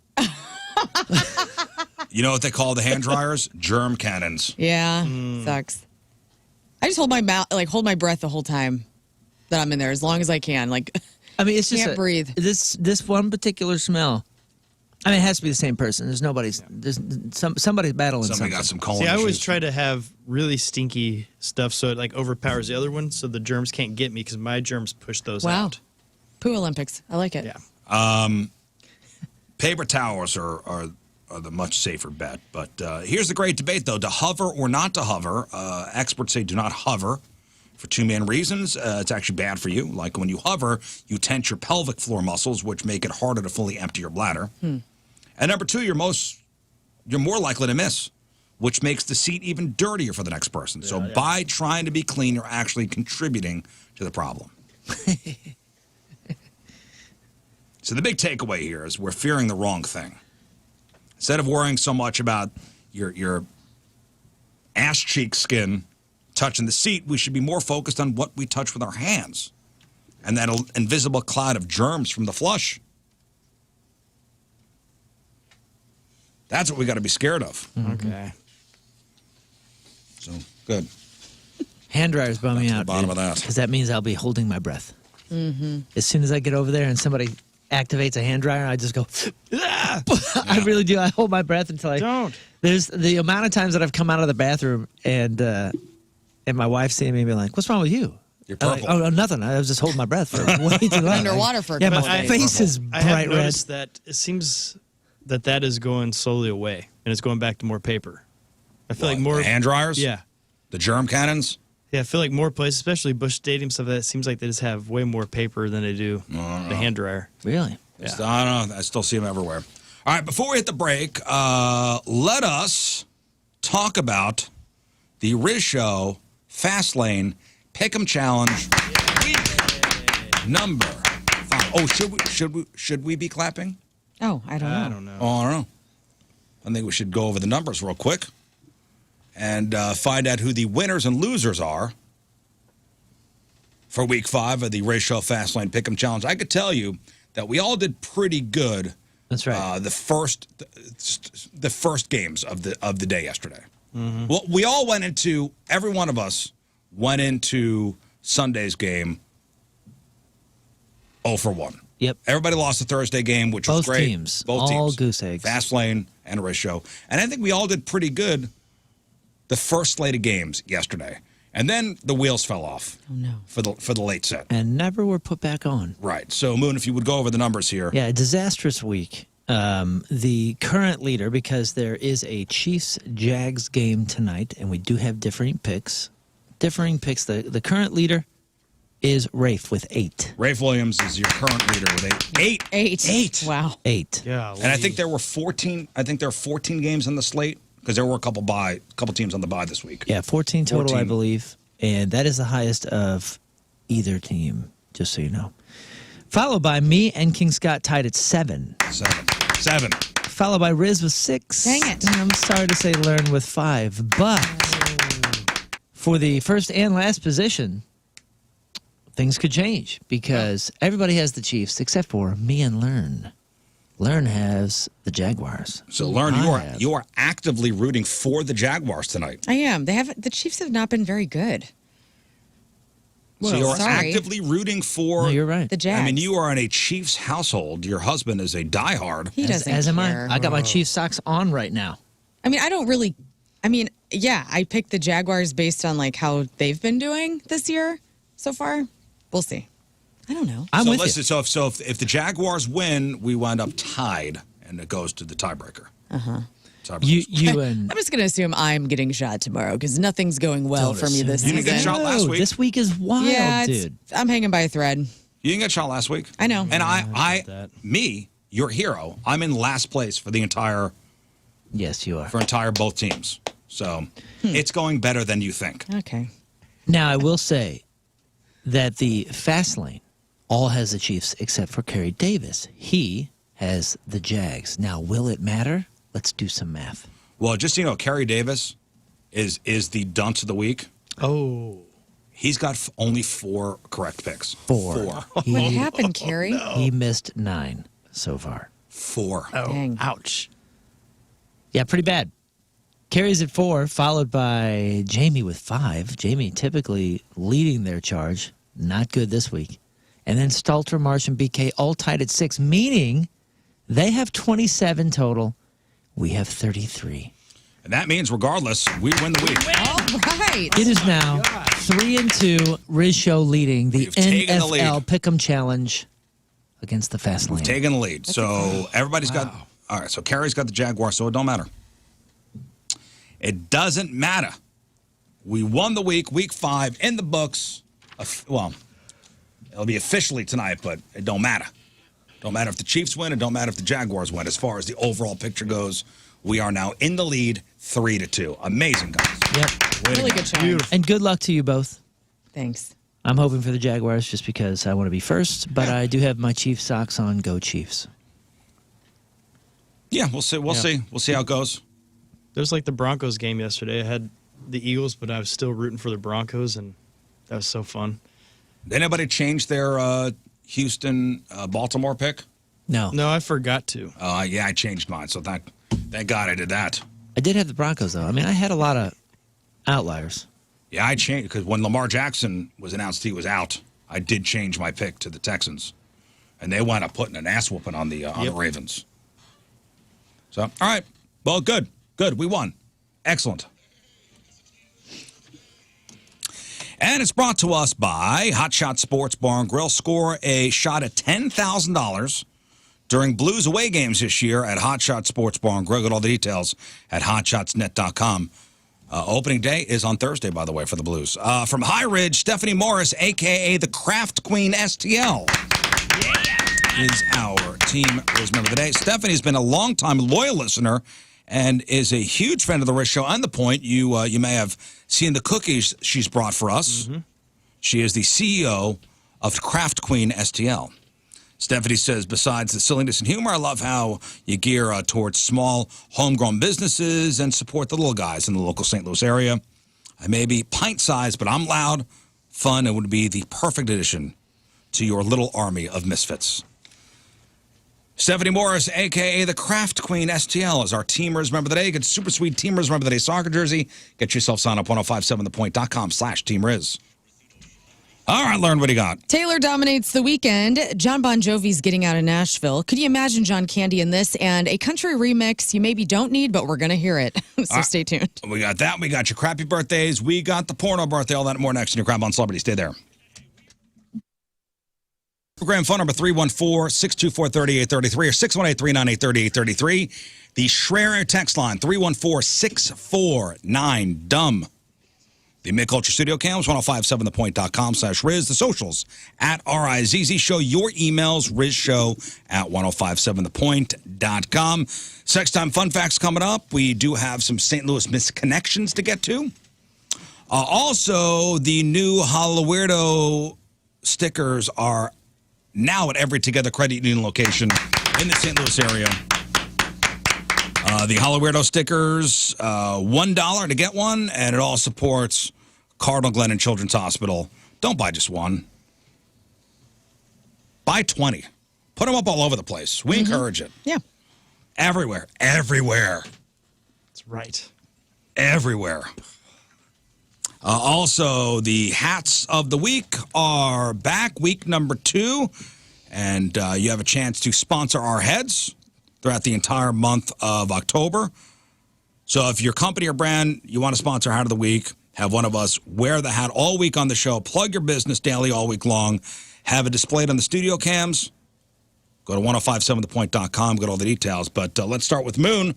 Moon, your head is sponsored by Trim Light, Southeast Missouri. I love Trim Light. I've been working with them for some time, and they are the ones that put in these beautiful lights that we get to control with our app here in the studio. Trim Light is an innovative, patented lighting system that allows customers to have permanent exterior lighting professionally installed on your home or your business, eliminating the hassle and worry about hanging Christmas lights or any sort of holiday lights or any lights really ever again. Residential and commercial, get a free quote.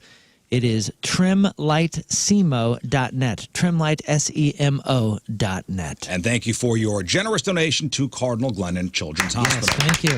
And cool hat. Thank you.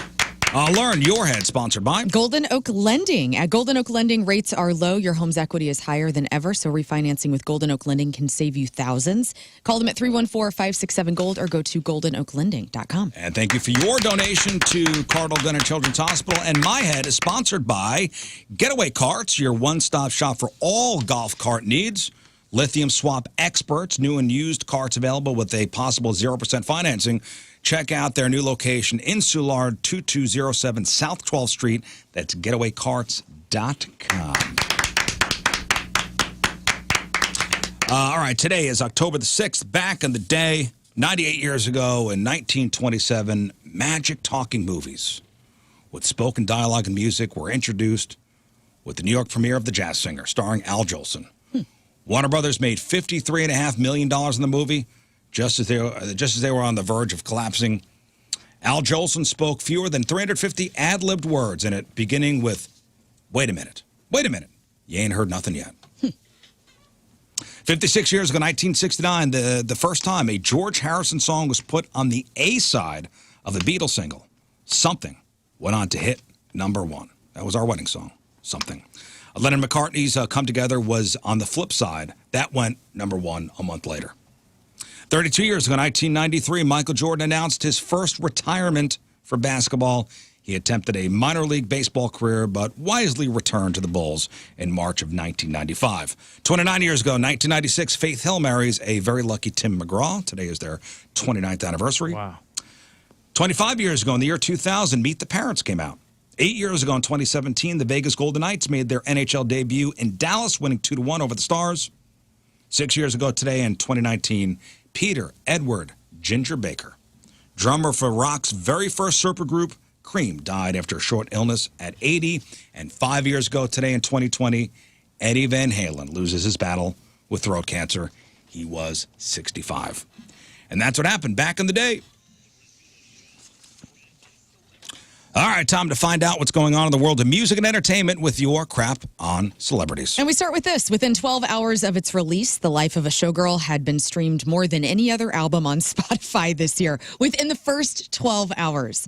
The song The Fate of Ophelia became the most streamed song in a single day in Spotify history as well. So congratulations officially to Taylor Swift. Wow. Well, did you listen to any of it? I did. I listened to the song that's pretty controversial about Travis Kelce's wiener. That's the one that I looked up because I'm not, and I've said this before on this show. I know I'm the token female.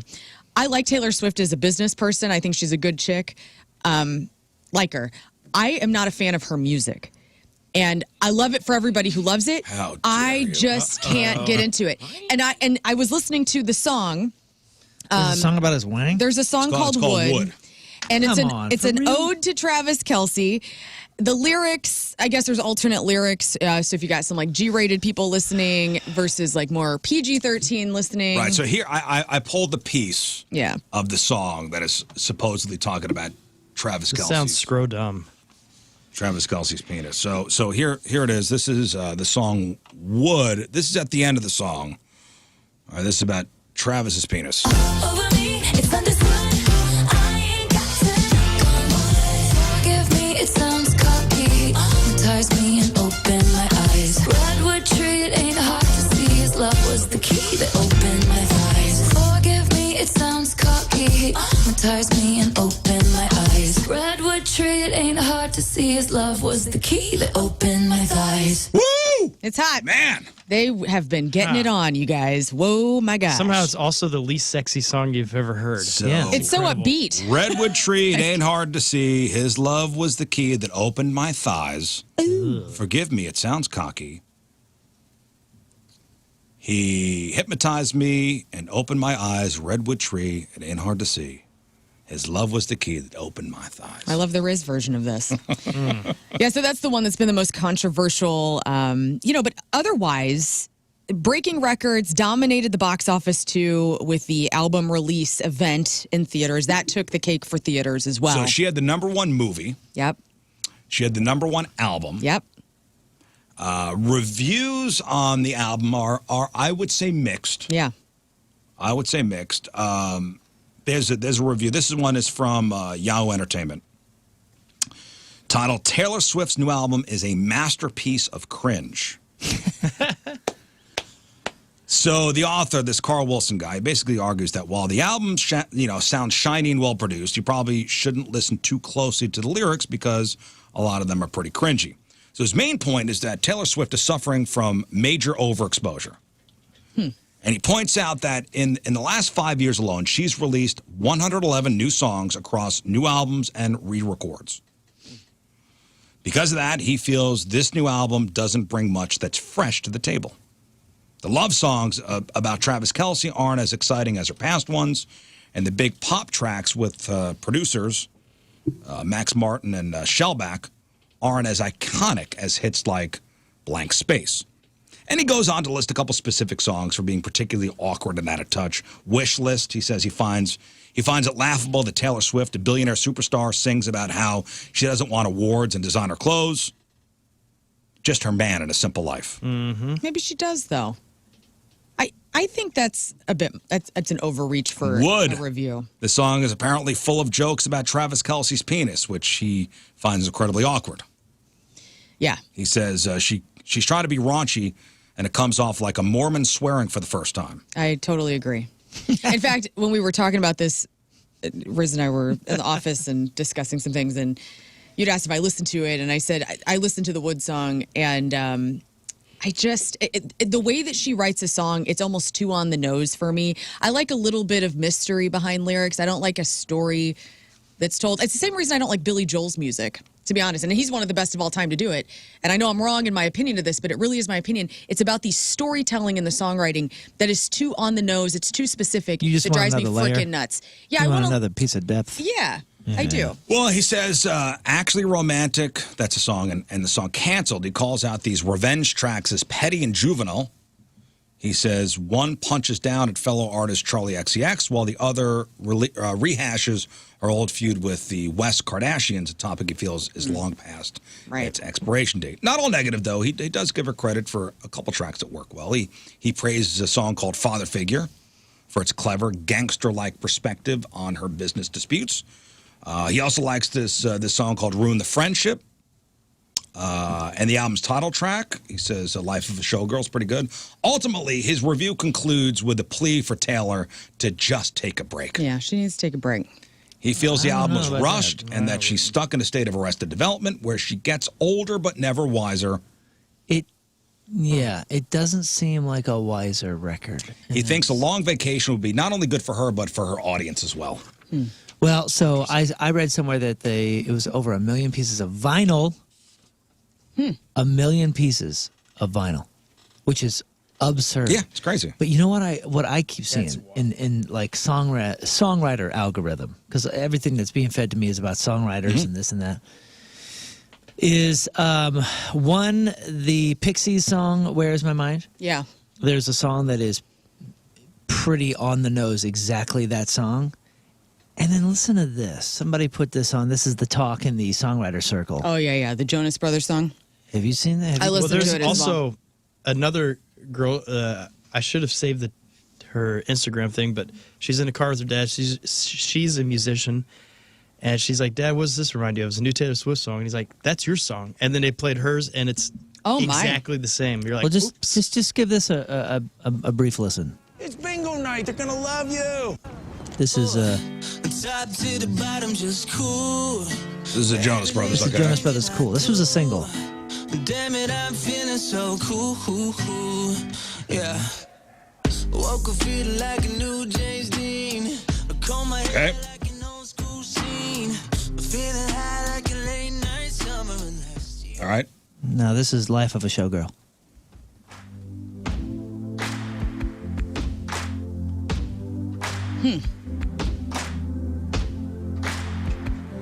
Her name was Kitty.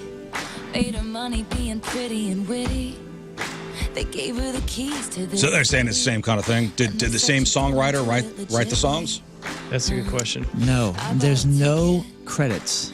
And no offense to pop music, It's the same key. It's the same progression. It's the same production delivery. It's Jonas Brothers. I guarantee there's like 50 songs that have probably been singles, are exact same thing.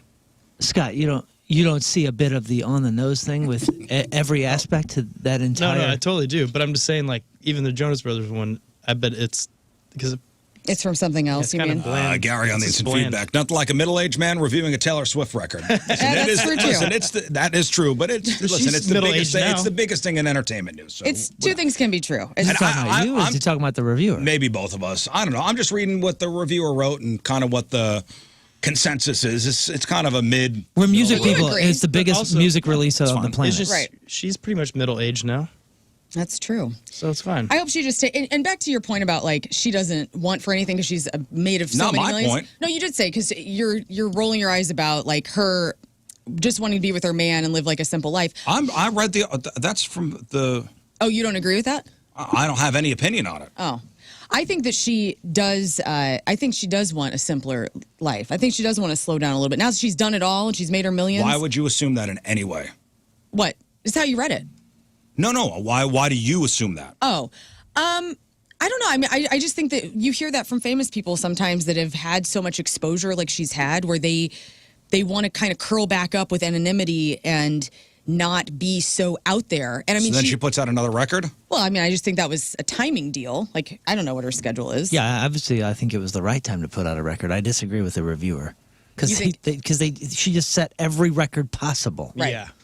So I think it was probably the right time to do everything she just No, did. her point was that she wants a simpler life and I know. I was just disagreeing. live with in a you. cottage somewhere out in Montana. Yeah, I hope she I've does. never met her. I don't know I have what no she idea. wants. I'm not Well, gonna my presume. parasocial relationship with this is that, I think she needs to take some time off and go live a simpler life for a couple years. Maybe if they want to have babies or whatever they want to do. Yeah, I mean, like if she wants to slow down, then just don't put out another record and go through a whole nother cycle of. I'm stoked for her though. Like, does she have? Is she? Are there touring? No, she says she's not going to tour off this. Oh, that's Yeah, she's really. taking a break after this. See, and that's the coolest thing. So she then gets she to is set taking a every break. record possible and doesn't have to go work it. And she did exactly what this song was saying, and that's good for her. And she'll put out 35 versions of this record and then re-record they it. will She's buy them. gonna re-record it next That's week. so cool. I'm serious. That's good for her. Life of a Showgirl, Taylor's version. That'll be out in 2 weeks. Oasis guitarist Paul Bonehead Arthurs is missing 8 shows on the band's reunion tour to undergo treatment for prostate cancer. Last Friday, he posted on social media saying, "Early this year, I was diagnosed with prostate cancer. The good news is I'm responding really well to treatment, which meant that I could be a part of this incredible tour." But he says he's going to be back on the stage with the guys in Oasis in South America. So if you've noticed that Bonehead is not on tour anymore, he is he's laid up a little bit dealing with treatment. Hope he gets through his prostate cancer. That's awful. John Bon Jovi recently joined the club of artists to get a bar on Nashville's famed Lower Broadway. And just over a year in business, now JBJ's Nashville is on the market for $130 million. So this is the second largest bar on Broadway, 5 stories, 36,000 square feet, sprawling venue, has 8 bars, 5 floors, 3 stages, 2 rooftops. Is this the one with a tattoo parlor in Has it? a tattoo parlor in it. And now they're closing up just 16 months in business. So nobody really knows why. There's no reason Because for that. nobody wants to go to a John Bon Jovi bar. You don't think? I mean, don't they go to all of them? Because it's Nashville, you're saying? Yeah. That could be. What was it called? It was called JBJ's Nashville. JBJ, man. JBJ. However, he is staying in the food pantry business. So after the hours of the government shutdown last week, John Bon Jovi's nonprofit restaurant, JBJ Soul Kitchen, extended an invitation to furloughed federal employees. And he says they will be welcome to join for meals if they need it. They just need a valid ID, and they will be part of the mission. So that's I kind of cool. don't associate Bon Jovi with Nashville. He doesn't really have that Nashville Sure. swing to Why do you think he opened it up down there? Just to be a Because I part think of it was just one of those things that all these celebrities were doing. Everybody seemed to have a bar on Broadway. Just I guess it didn't work out. Yeah. So it was open for how long? 16 months. 16 months. And it's that price tag? Boy, I wonder how much they were losing on that. Yeah. I mean, were they? I don't know. I mean, never heard about it, so maybe not. Maybe you're right. I would just think that any bar in that part of Broadway would do well. Yeah. Especially if you're looking for a place to go where there aren't a lot of people, like people can go and actually spread out. Maybe that would have been in place. And is this one of those deals, kind of how we talked about a few weeks ago, where like Pooh Holes and all those kind of restaurants is the thing where some other group owns it and they just paid him money to use the name and that's it? Yeah. He had no other Maybe. involvement? I think he was involved. Oh, he was? Yeah. Okay. Garth Brooks, his thing is still going over there, right? know. His big bar. I think Should so. be in the basement. And that makes a lot of sense. Friends in low places. Diddy is facing two new sexual assault lawsuits. One from a man who says he was drugged and assaulted after a 2014 after party hosted by the star, and then another from a woman alleging an incident in L.A. at a nightclub in 2016. As you probably heard on Friday, he was sentenced to 50 months in jail for his conviction on 2 counts of prostitution-related offenses. He's going to have to pay $500,000 in fines, and then he's actually going to be on supervision for 5 years after he is released from prison. That's 4 years. Yeah. So was this a get out of jail free thing then? 4 years is a long time. His 12 months that he's already served will be credited to his current Yeah. sentence. So it'd be 3 years. So 3 years. So are people saying this is lenient, or is this? I think people are saying because of the what the charges are for. I think it's an okay one. I didn't see too many people blowing up about it or saying that he got off scot-free. Like he definitely did not. Like Well, They're they saying he also was crying in court. They threw out a lot of the big charges against him. right. He wasn't convicted on those. So Combs' lawyers, they're ready to appeal this sentence by arguing that the judge's ruling doesn't align with the jury's verdict. So this could be continuing. Rest in peace to Ike Turner Jr., the son of Tina Turner and Ike Turner, has died at the age of 67, just a day after his birthday, actually. So Tina Turner's niece, Jacqueline, confirmed the news to TMZ, saying that he had been dealing with severe heart issues for years and that his health had taken a decline for some time, including a stroke in early September. So Ike Jr. was one of the 4 kids shared by Tina and Ike. She adopted Ike Jr. and Michael from his previous relationship with Lorraine Taylor, and then they had a son together, Ronnie Taylor, who then died of colon cancer back in 2022. Whoa, so all their kids are dead? It sounds like Michael is still alive. Ronnie and Ike Jr. are dead, though. Very sad. On TV tonight, today, Jack Osborne's going to be on Good Morning America. Taylor Swift will be on Fallon tonight, so you can check her out. Yes. Nathaniel Rateliff and the Night Sweats will be on Kimmel. In other news in TV, Khloe Kardashian surprised a fan in Chesterfield, Virginia, when she fully funded her son's classroom wish list. So Khloe had posted on TikTok that she was at Target doing some back-to-school shopping for her kids. From the first point of view, like she's just holding her phone up, talking about all the cute stuff she's impulse buying at Target. And then a fan commented asking if she would donate to help her son's class get tables and chairs since the kids at this school were using stools without back support. And so Khloe Kardashian came through and says, "I hope your son has a great school year." And she said, "I was in such disbelief. I didn't think it was real." She has a million things in front of her, and to pay attention to something like that was very beautiful. That's nice. So she donated some money. Do you have the box office numbers? I do. So Taylor Swift, the official release party of a Showgirl, came in at #1 in the box office, thanks to all you Swifties. $33 million at the domestic box office, and then made $46 million globally. Dwayne "The Rock" Johnson wasn't as lucky. His new wrestling drama, The Smashing Machine, bombed in its opening weekend. Just $6 million. Yikes. Bombed. That's Emily Blunt, right? It was Emily Blunt. They tried to put a big promotional push behind that thing, and it just didn't. Yeah. Just didn't. This was the worst opening weekend of his career, and it was even being praised for a possible Oscars. Right. So that's even more of a Yikes. slap in the face. And this is him playing that MMA guy. Whoa. He's got is this the one With AI kind of, that made him younger or something? yeah. I think so. Yeah. Oh, was it? I don't know. Something was the trailer weird. you watched. It just kind of made you look like you're looking at a cartoon or something. I don't know. It didn't Yeah, he seem looks a exciting. little strange. You're like, I don't know. It kind of took me out already. It got I mean, I don't like. He's a talented guy. I probably should see it. It got 73% on Rotten Tomatoes. Yeah. I Just know nobody came out I for know it. It's going to be good, but One battle after another, that Leonardo DiCaprio film, that grossed $11 million in its My second son went week. to go see that on Friday night. What did he And? say? He said people walked out of the theater. wait, which one? Well, battle everybody after has to another. walk out eventually, right? Well, early. It's a 3-hour movie.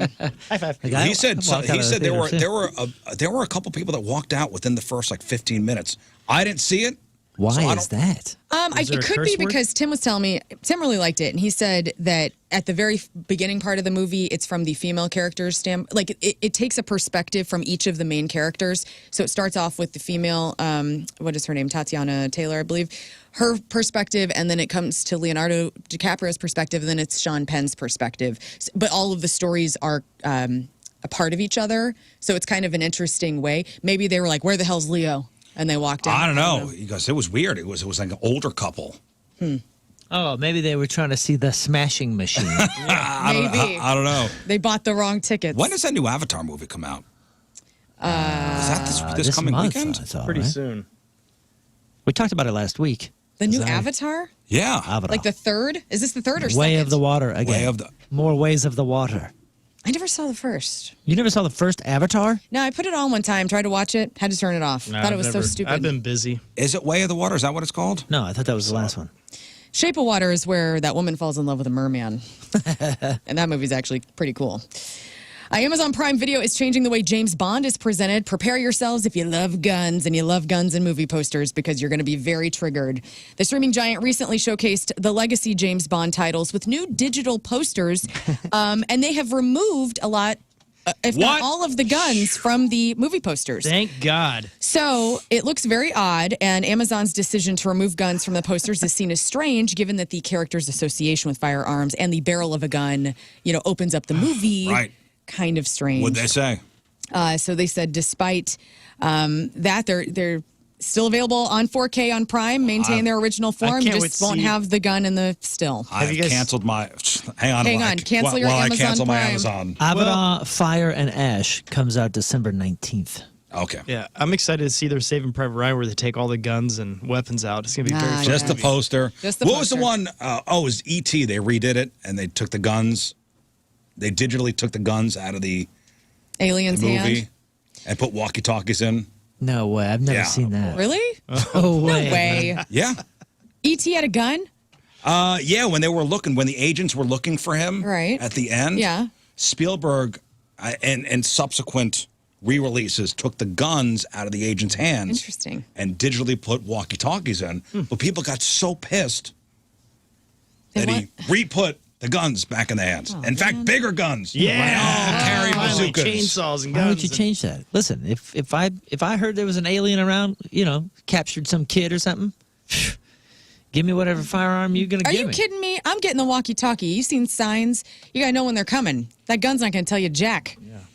What is a walkie-talkie going to tell you? You're just going The to. signals come and they start doing their weird alien speak. You know that they're around. They're coming.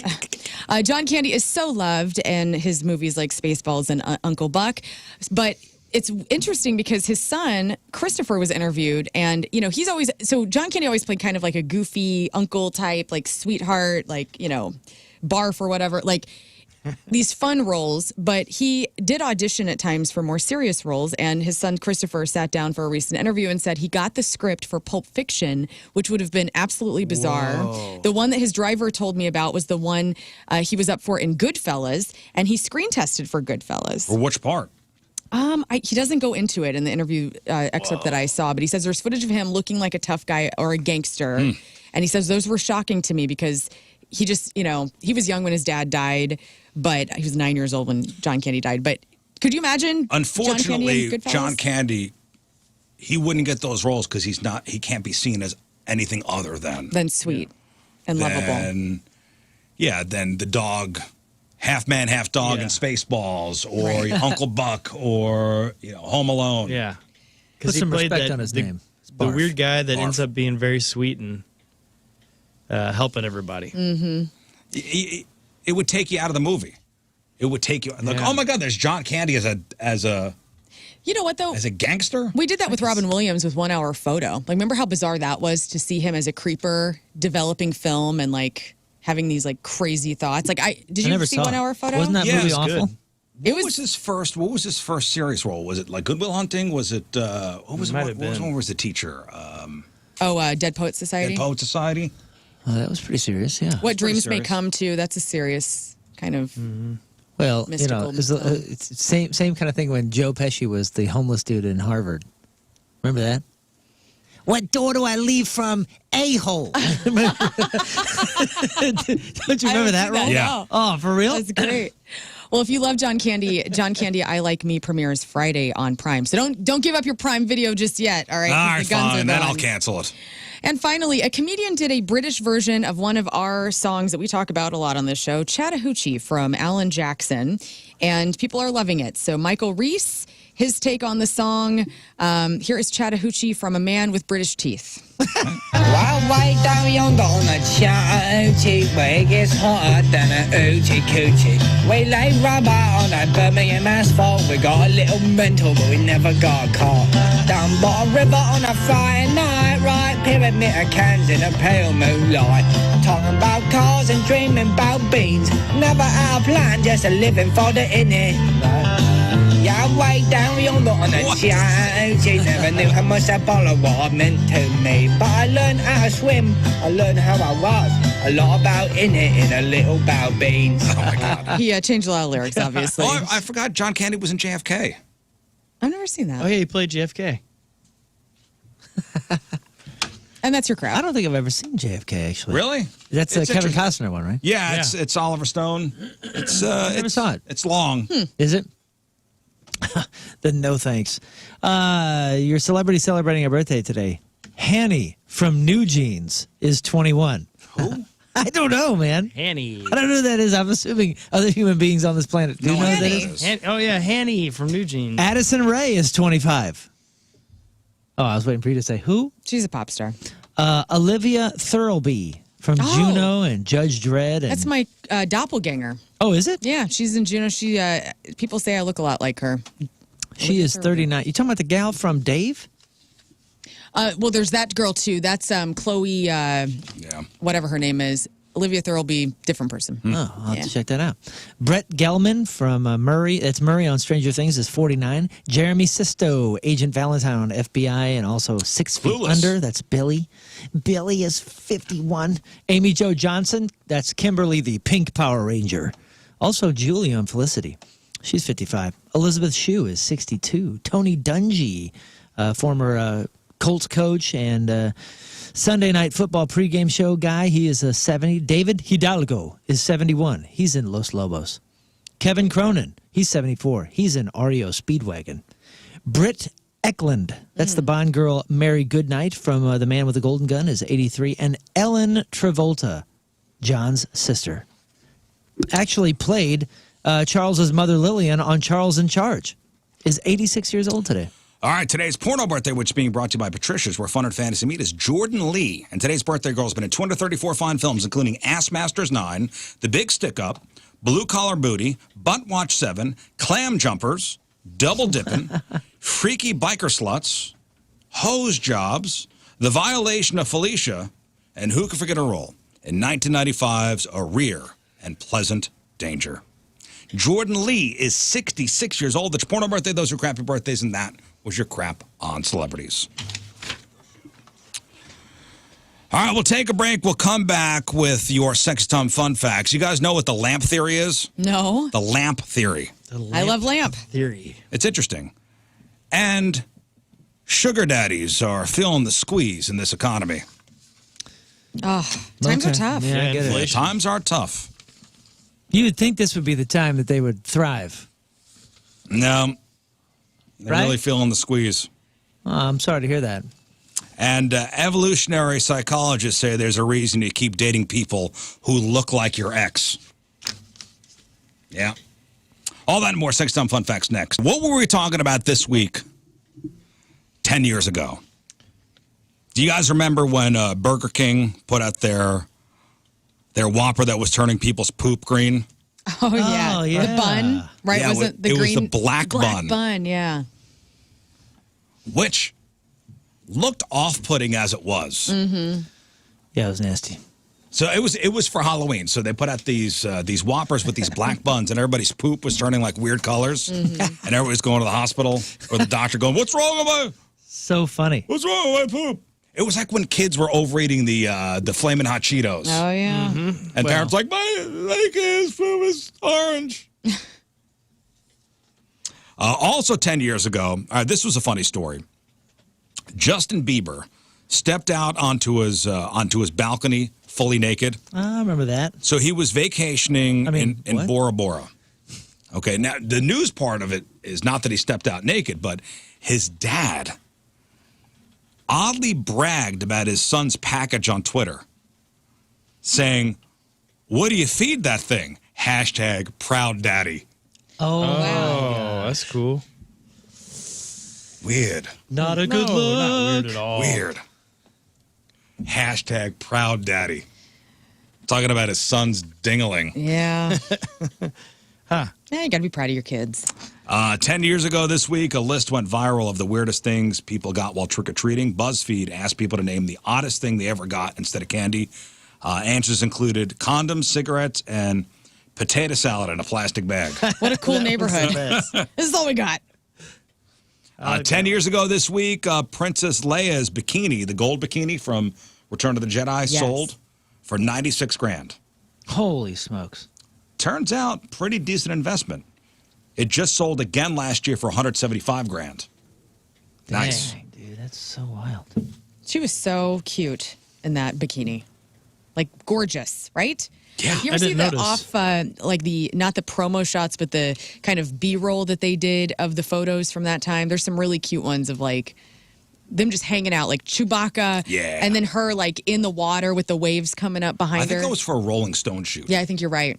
It was really cool. Yeah, that's That was for a right. Rolling Stone magazine shoot. Love those photos. I think Jabba the Hutt put it on eventually. Yeah, I wish. Look good. Didn't look the same. No.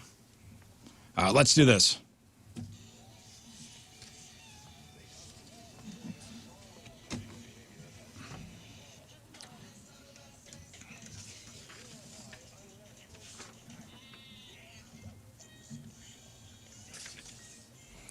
And it's sponsored by Patricia's, where fun and fantasy meet. All right, so I want to talk about this this lamp theory.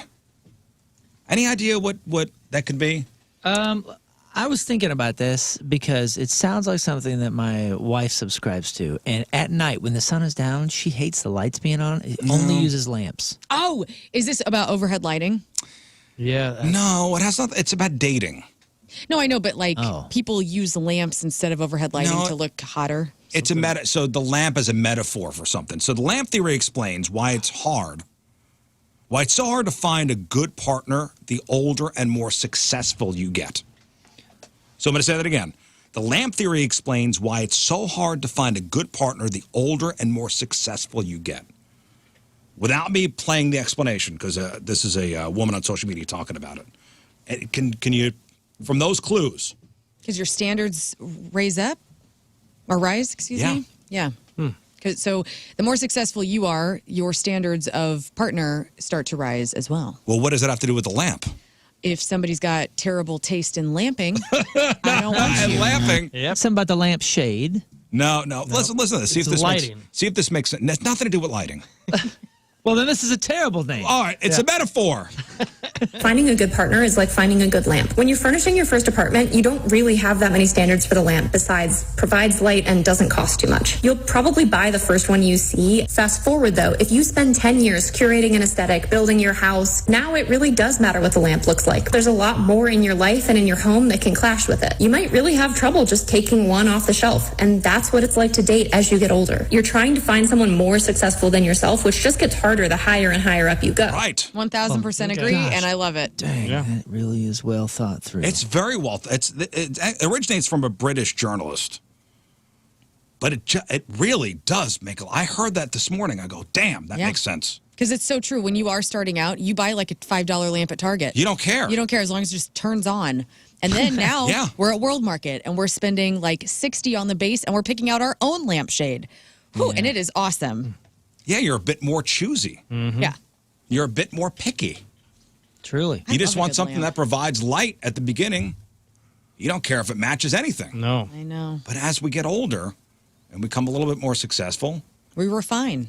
And we do refine. And that's a lamp theory. Love it. That's a great one. All right, I'm in. So get this. It turns out that even sugar daddies are feeling the pinch from this economy. Oh, no. You might picture sugar daddies as millionaires with private jets, but the reality for many in 2025 is a bit different. They're often mid-career professionals who have some extra cash, but aren't endlessly wealthy. And with inflation and rents going through the roof, they're having to cut back. On the babies? On the babies. Oh, no. On the babies. This is sad. Do you know anybody that's in a sugar daddy, sugar baby situation? Yes, I have a cousin. And I just want to make it clear, I have no problem with any of this. Yeah, me neither. Dude. Zero. Me neither. People that catch heck for it, you're just like, man, just stay in your lanes. If it is a mutually agreed upon consensual experience. Yeah, mutually agreed upon consensual arrangement, I don't care. That's right. Well, it is an interesting, I say it's a career for some of these ladies, because there's one gal that used to shop at one of those fancy stores I worked at, and she got close with her boss, and anyway, she got dumped by her sugar daddy, and she came in just crying and crying and crying. She's like, how am I ever going to afford any of this stuff?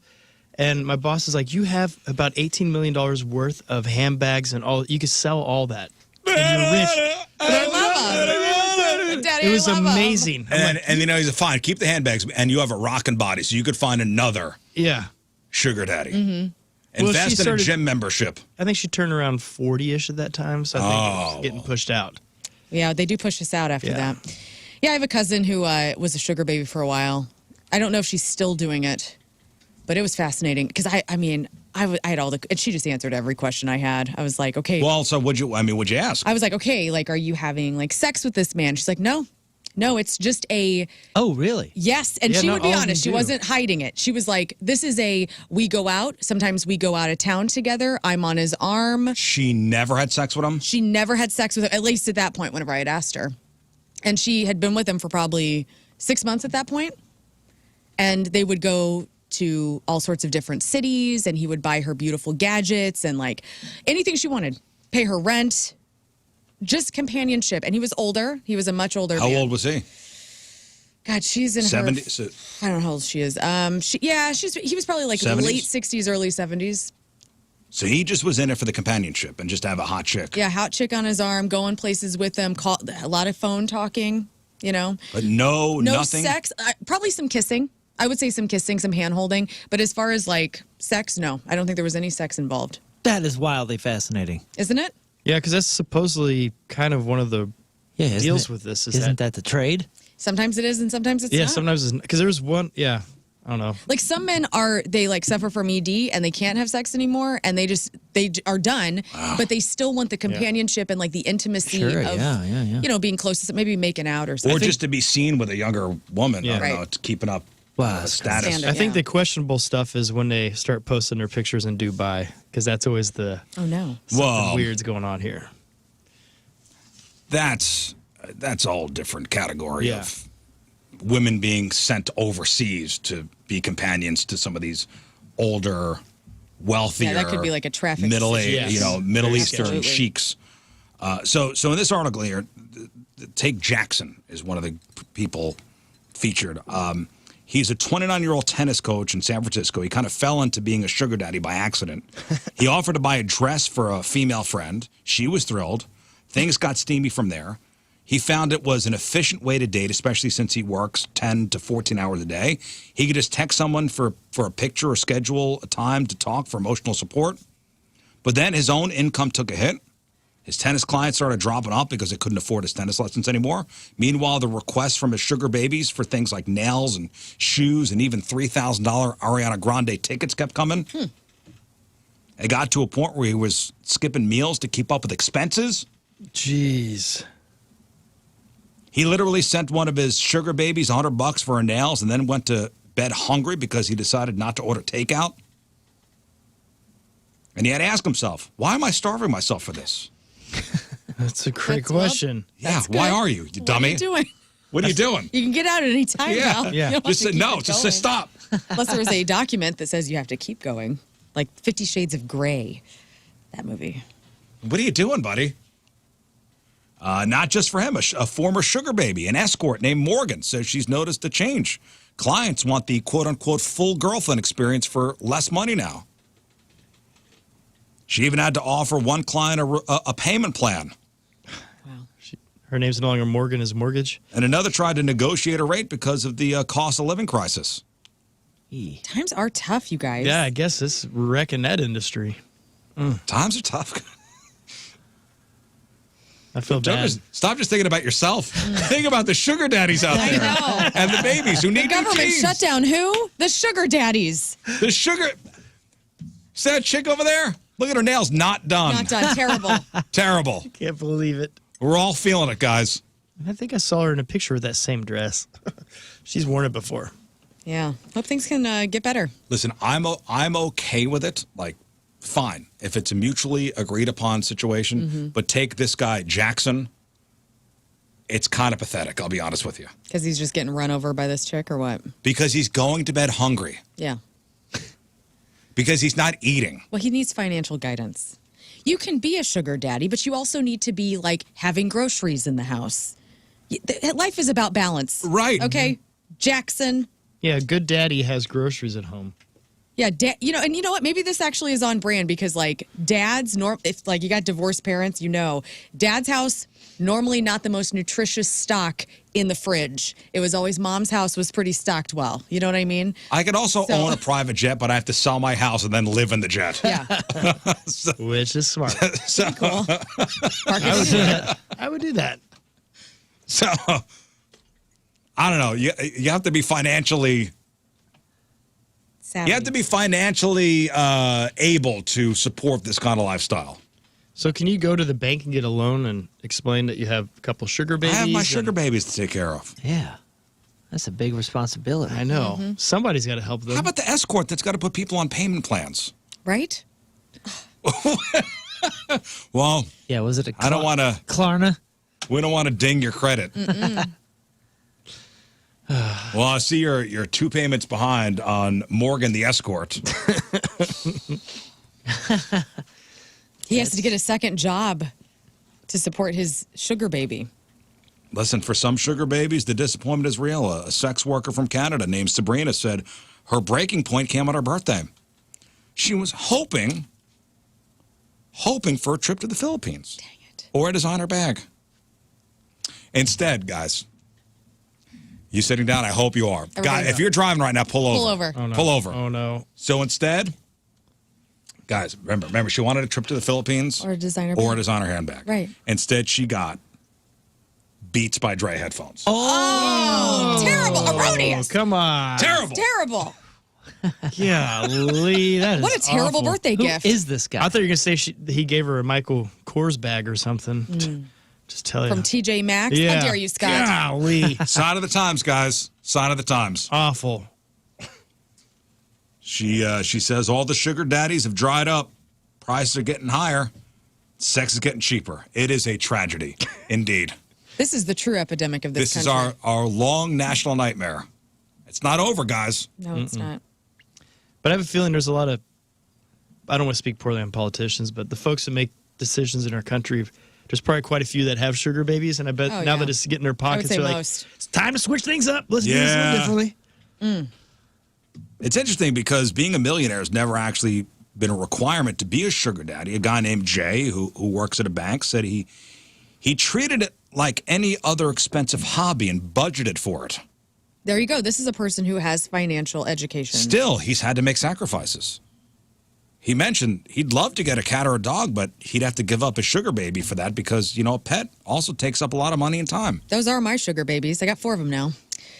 So it's good. At least he's being fiscally responsible. That's right. He doesn't want to have to return his sugar baby to the shelter. You're reminding me I need to. I can't. I'd have to let you go. Yeah, drive up to upstate and just let it go. Get out of the car. Yep. You're on your own now, sugar baby. Bye. They come to my house. God. Yeah, what if you start having sugar babies show up to your house, Lauren? I'll take them, man. I mean, just whatevs. Ladies, let's go. I got your back. So build a little house for I him? can make a mean lasagna. Let's roll. I don't have a lot of money, but I have time to listen to you. For some of these men, paying for companionship is just an explicit version of what they feel already happens in dating.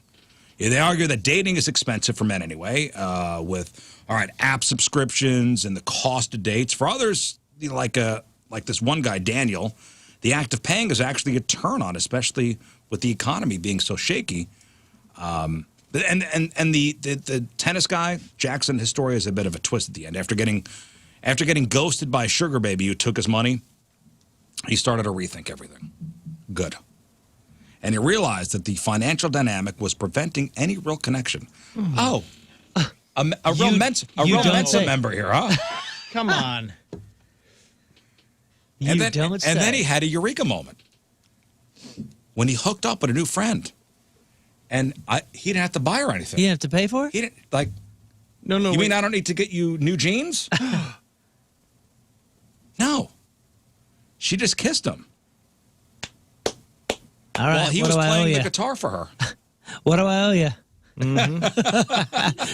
hey, easy. It's I'm been a short rough this month. week. Is that kisses equal to Applebee's, or what is that? I don't know. Yeah, like It made him realize, hey, I don't need to pay. I just have to be myself. There you go. This is great. So while many men spoke highly of their sugar babies, the financial squeeze is making them reconsider. And the article ends on the thought of, if you can't afford a lavish trip, maybe you're better off just, I don't know, connecting with people in a different way. what? Without having to pay. How? Right. That can work well for some, but not all. Some people do have to pay for connection.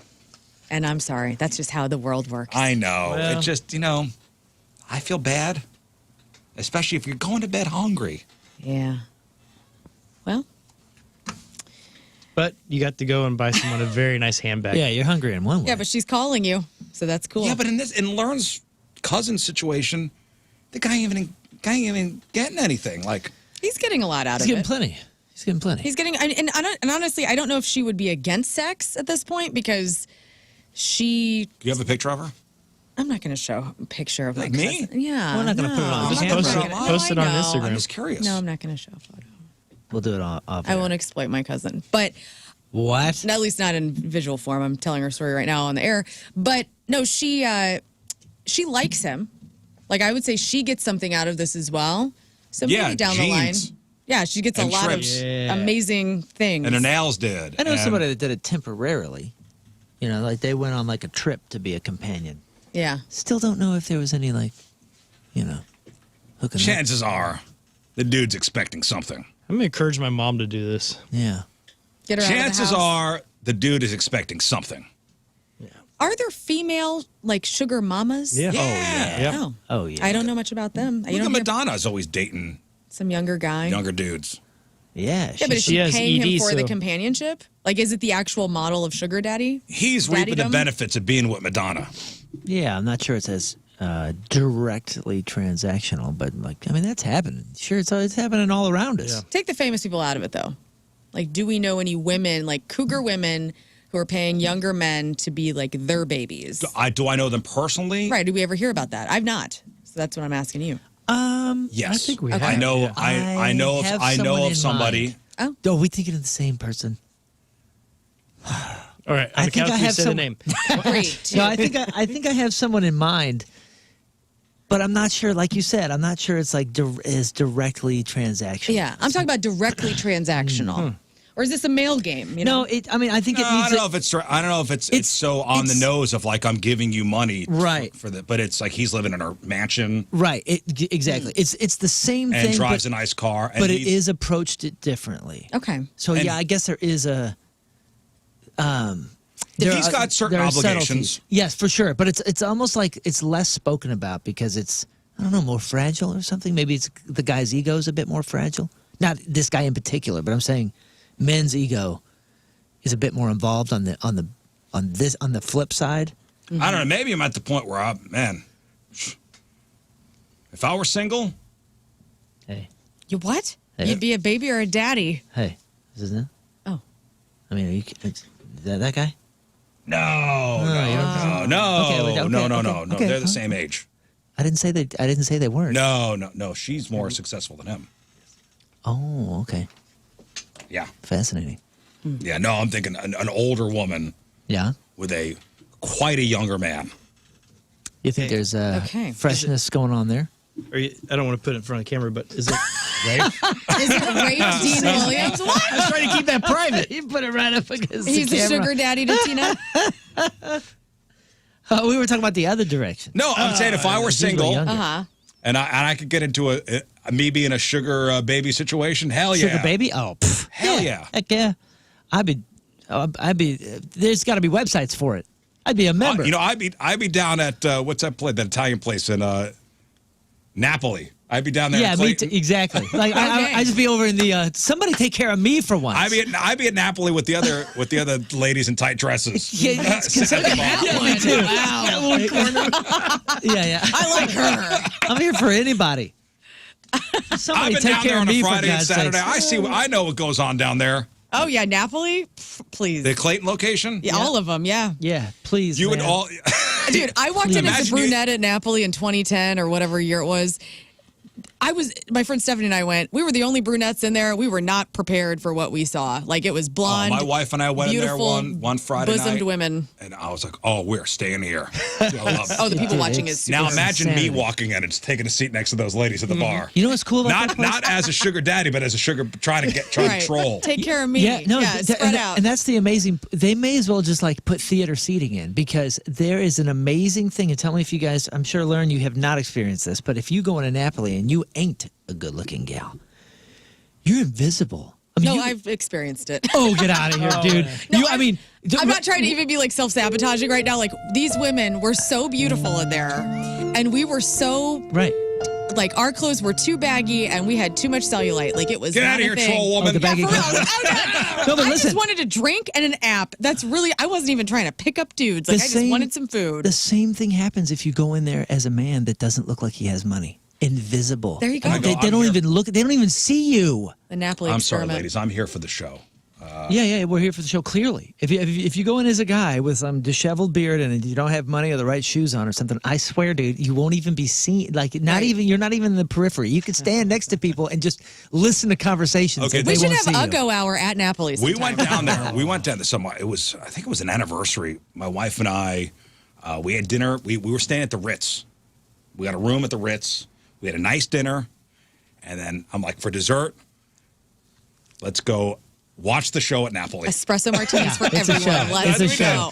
Let's watch the It's a show. They're not at hiding Napoli. any conversation No. either. Like, they're not hiding. Nobody's hiding anything. Oh my god. It's money, it's babes. We sat in a corner and we both faced the same way. Yeah. And we both had like That's what I tiramisu mean. and Like theater seating, dude. They should have little like heated seats, you know, and they would you like here chicken fingers for the observers? Right. They should have just a glass where you could sit behind the glass and just like observe. Yeah. That'd be Yeah, amazing. Yeah. You know what they really need is just one of those NFL like satellite things that you pointed at it, you know, and it amplifies the audio from 40 Oh, yeah, yards yeah, yeah. away. You just, you know, put one of those on there, have the people behind the glass have a little speaker system, and we just sit there and listen to these ridiculous conversations. Go to the Science Center and steal it from there. They have it up. Remember? Yeah. Steal look at Bill What a scene. Belichick.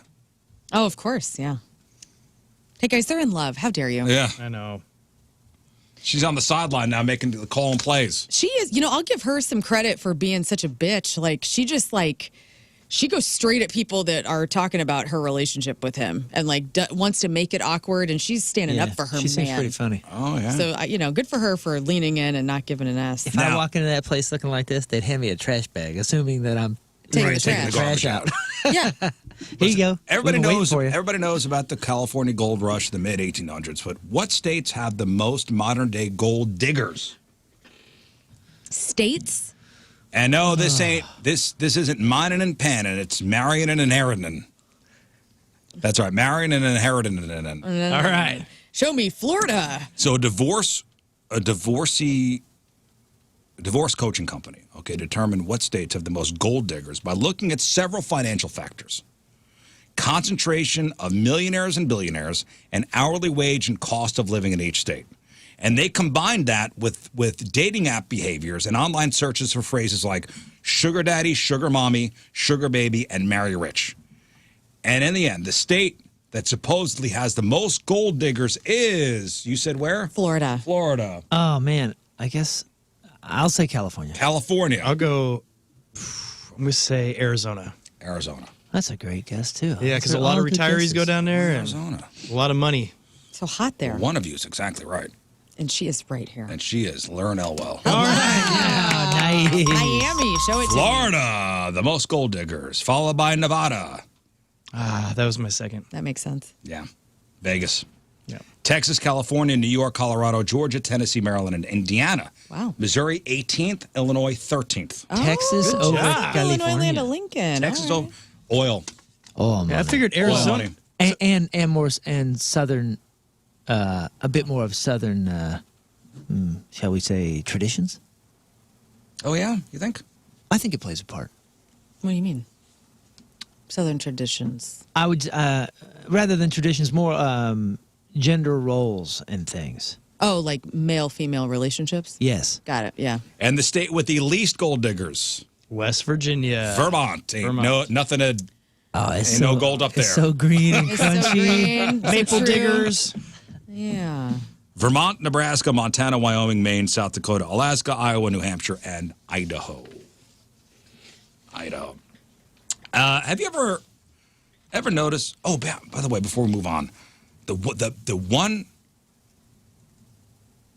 sugar daddy, sugar mama situation that I saw. I don't know if they're still together or not. But it was an older gentleman, and he was married. I think I've told the story on the air before. He was married to quite a younger woman, and she had a contract that she had to maintain a certain amount of weight. Oh, yeah. She had to maintain a certain weight. I remember that. Yeah, I remember this too. In order for the relationship to go forward. And she had weigh-ins. And you know what? They were very happy. It was an arrangement. We haven't seen them in years. Yeah. She always had the nicest clothes, the best jewelry, drove a nice car. It's as if communicating parameters and expectations is a good idea. You got to do it right. Can't be disrespectful about it. Some people would think it's disrespectful to have a right. weight. And at first, when you hear that the first time, you go, huh. Right. You almost in your head, you go, this is wrong. It's body shaming. This is wrong. But then when you really think about it, they both, at least on the outside, I don't know what goes on in their bedroom. All I'm doing is observing what I see. They seem very happy. Well, maybe that's an important part to that person. It's like, they or whoever it is doesn't want to date somebody that's unhealthy, and going to let themselves go.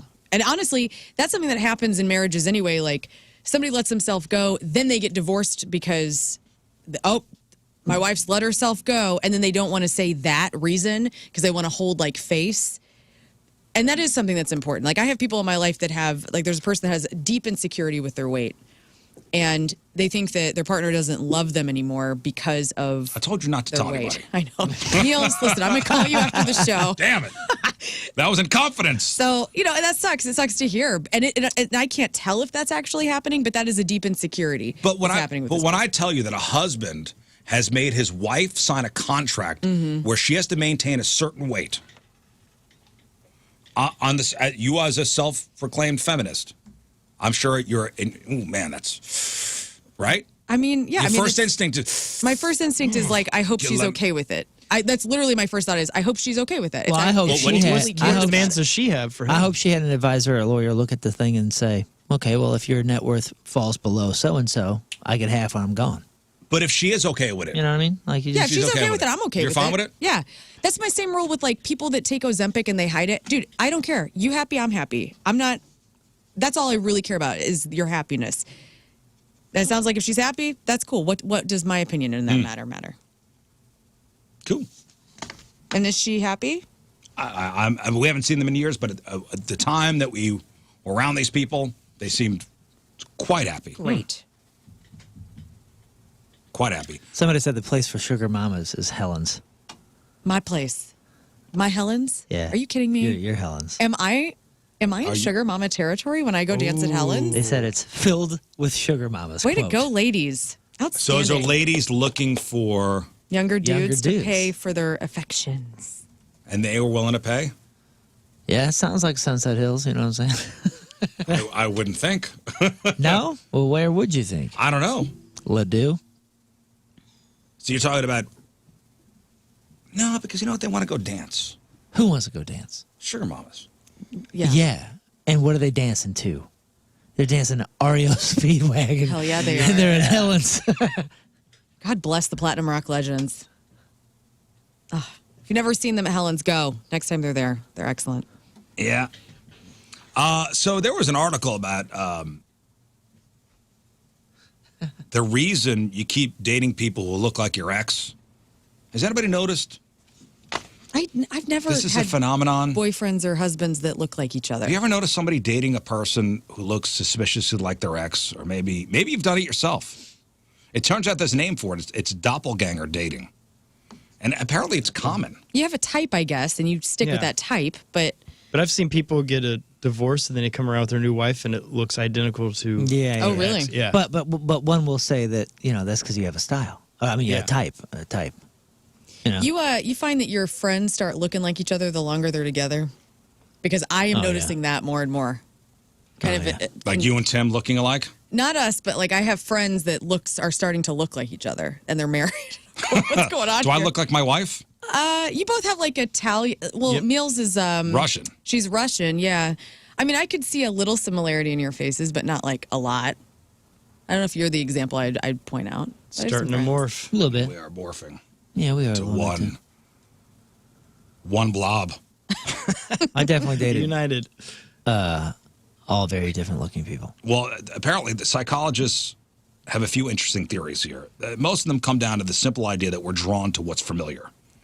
So one big reason is what's called demographic sorting. So a psychology professor says we tend to date people who live near us and share similar backgrounds.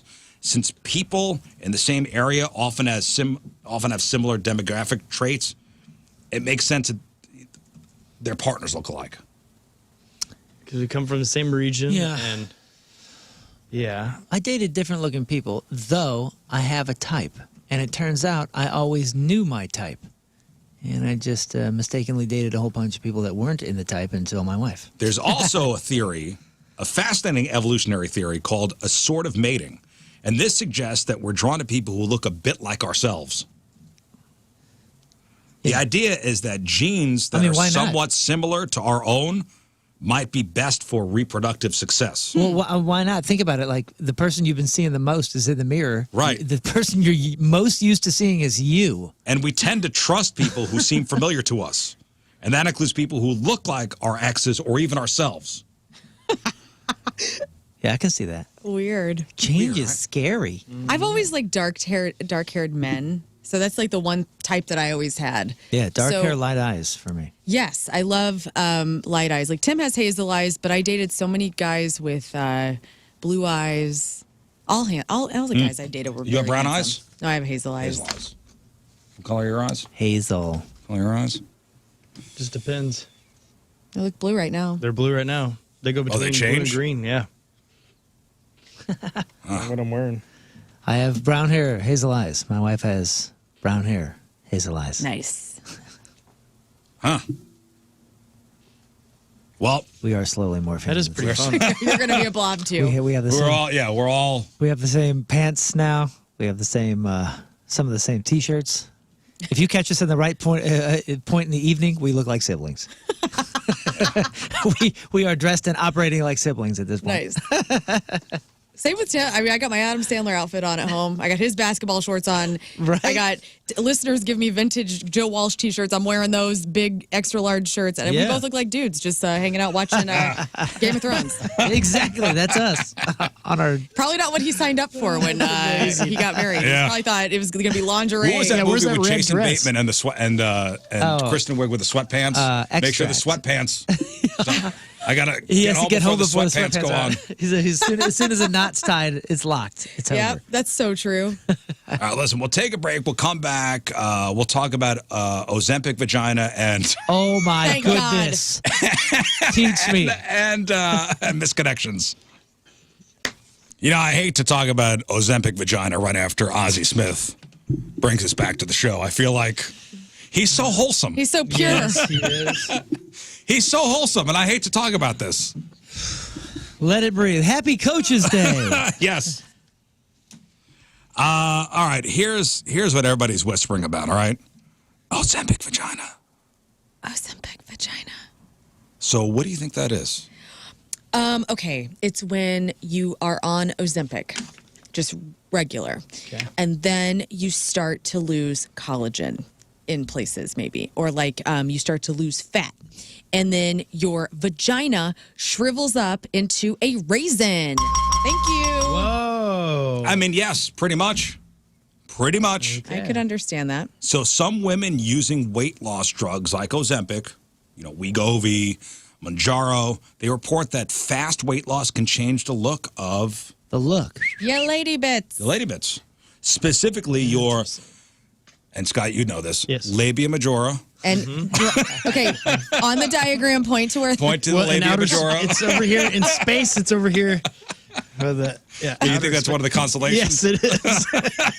It's a crazy time down there. Like once you start mapping out like labia majora, minora, clitoris, the vagina, the vulva. It's a Mulva. the world down there.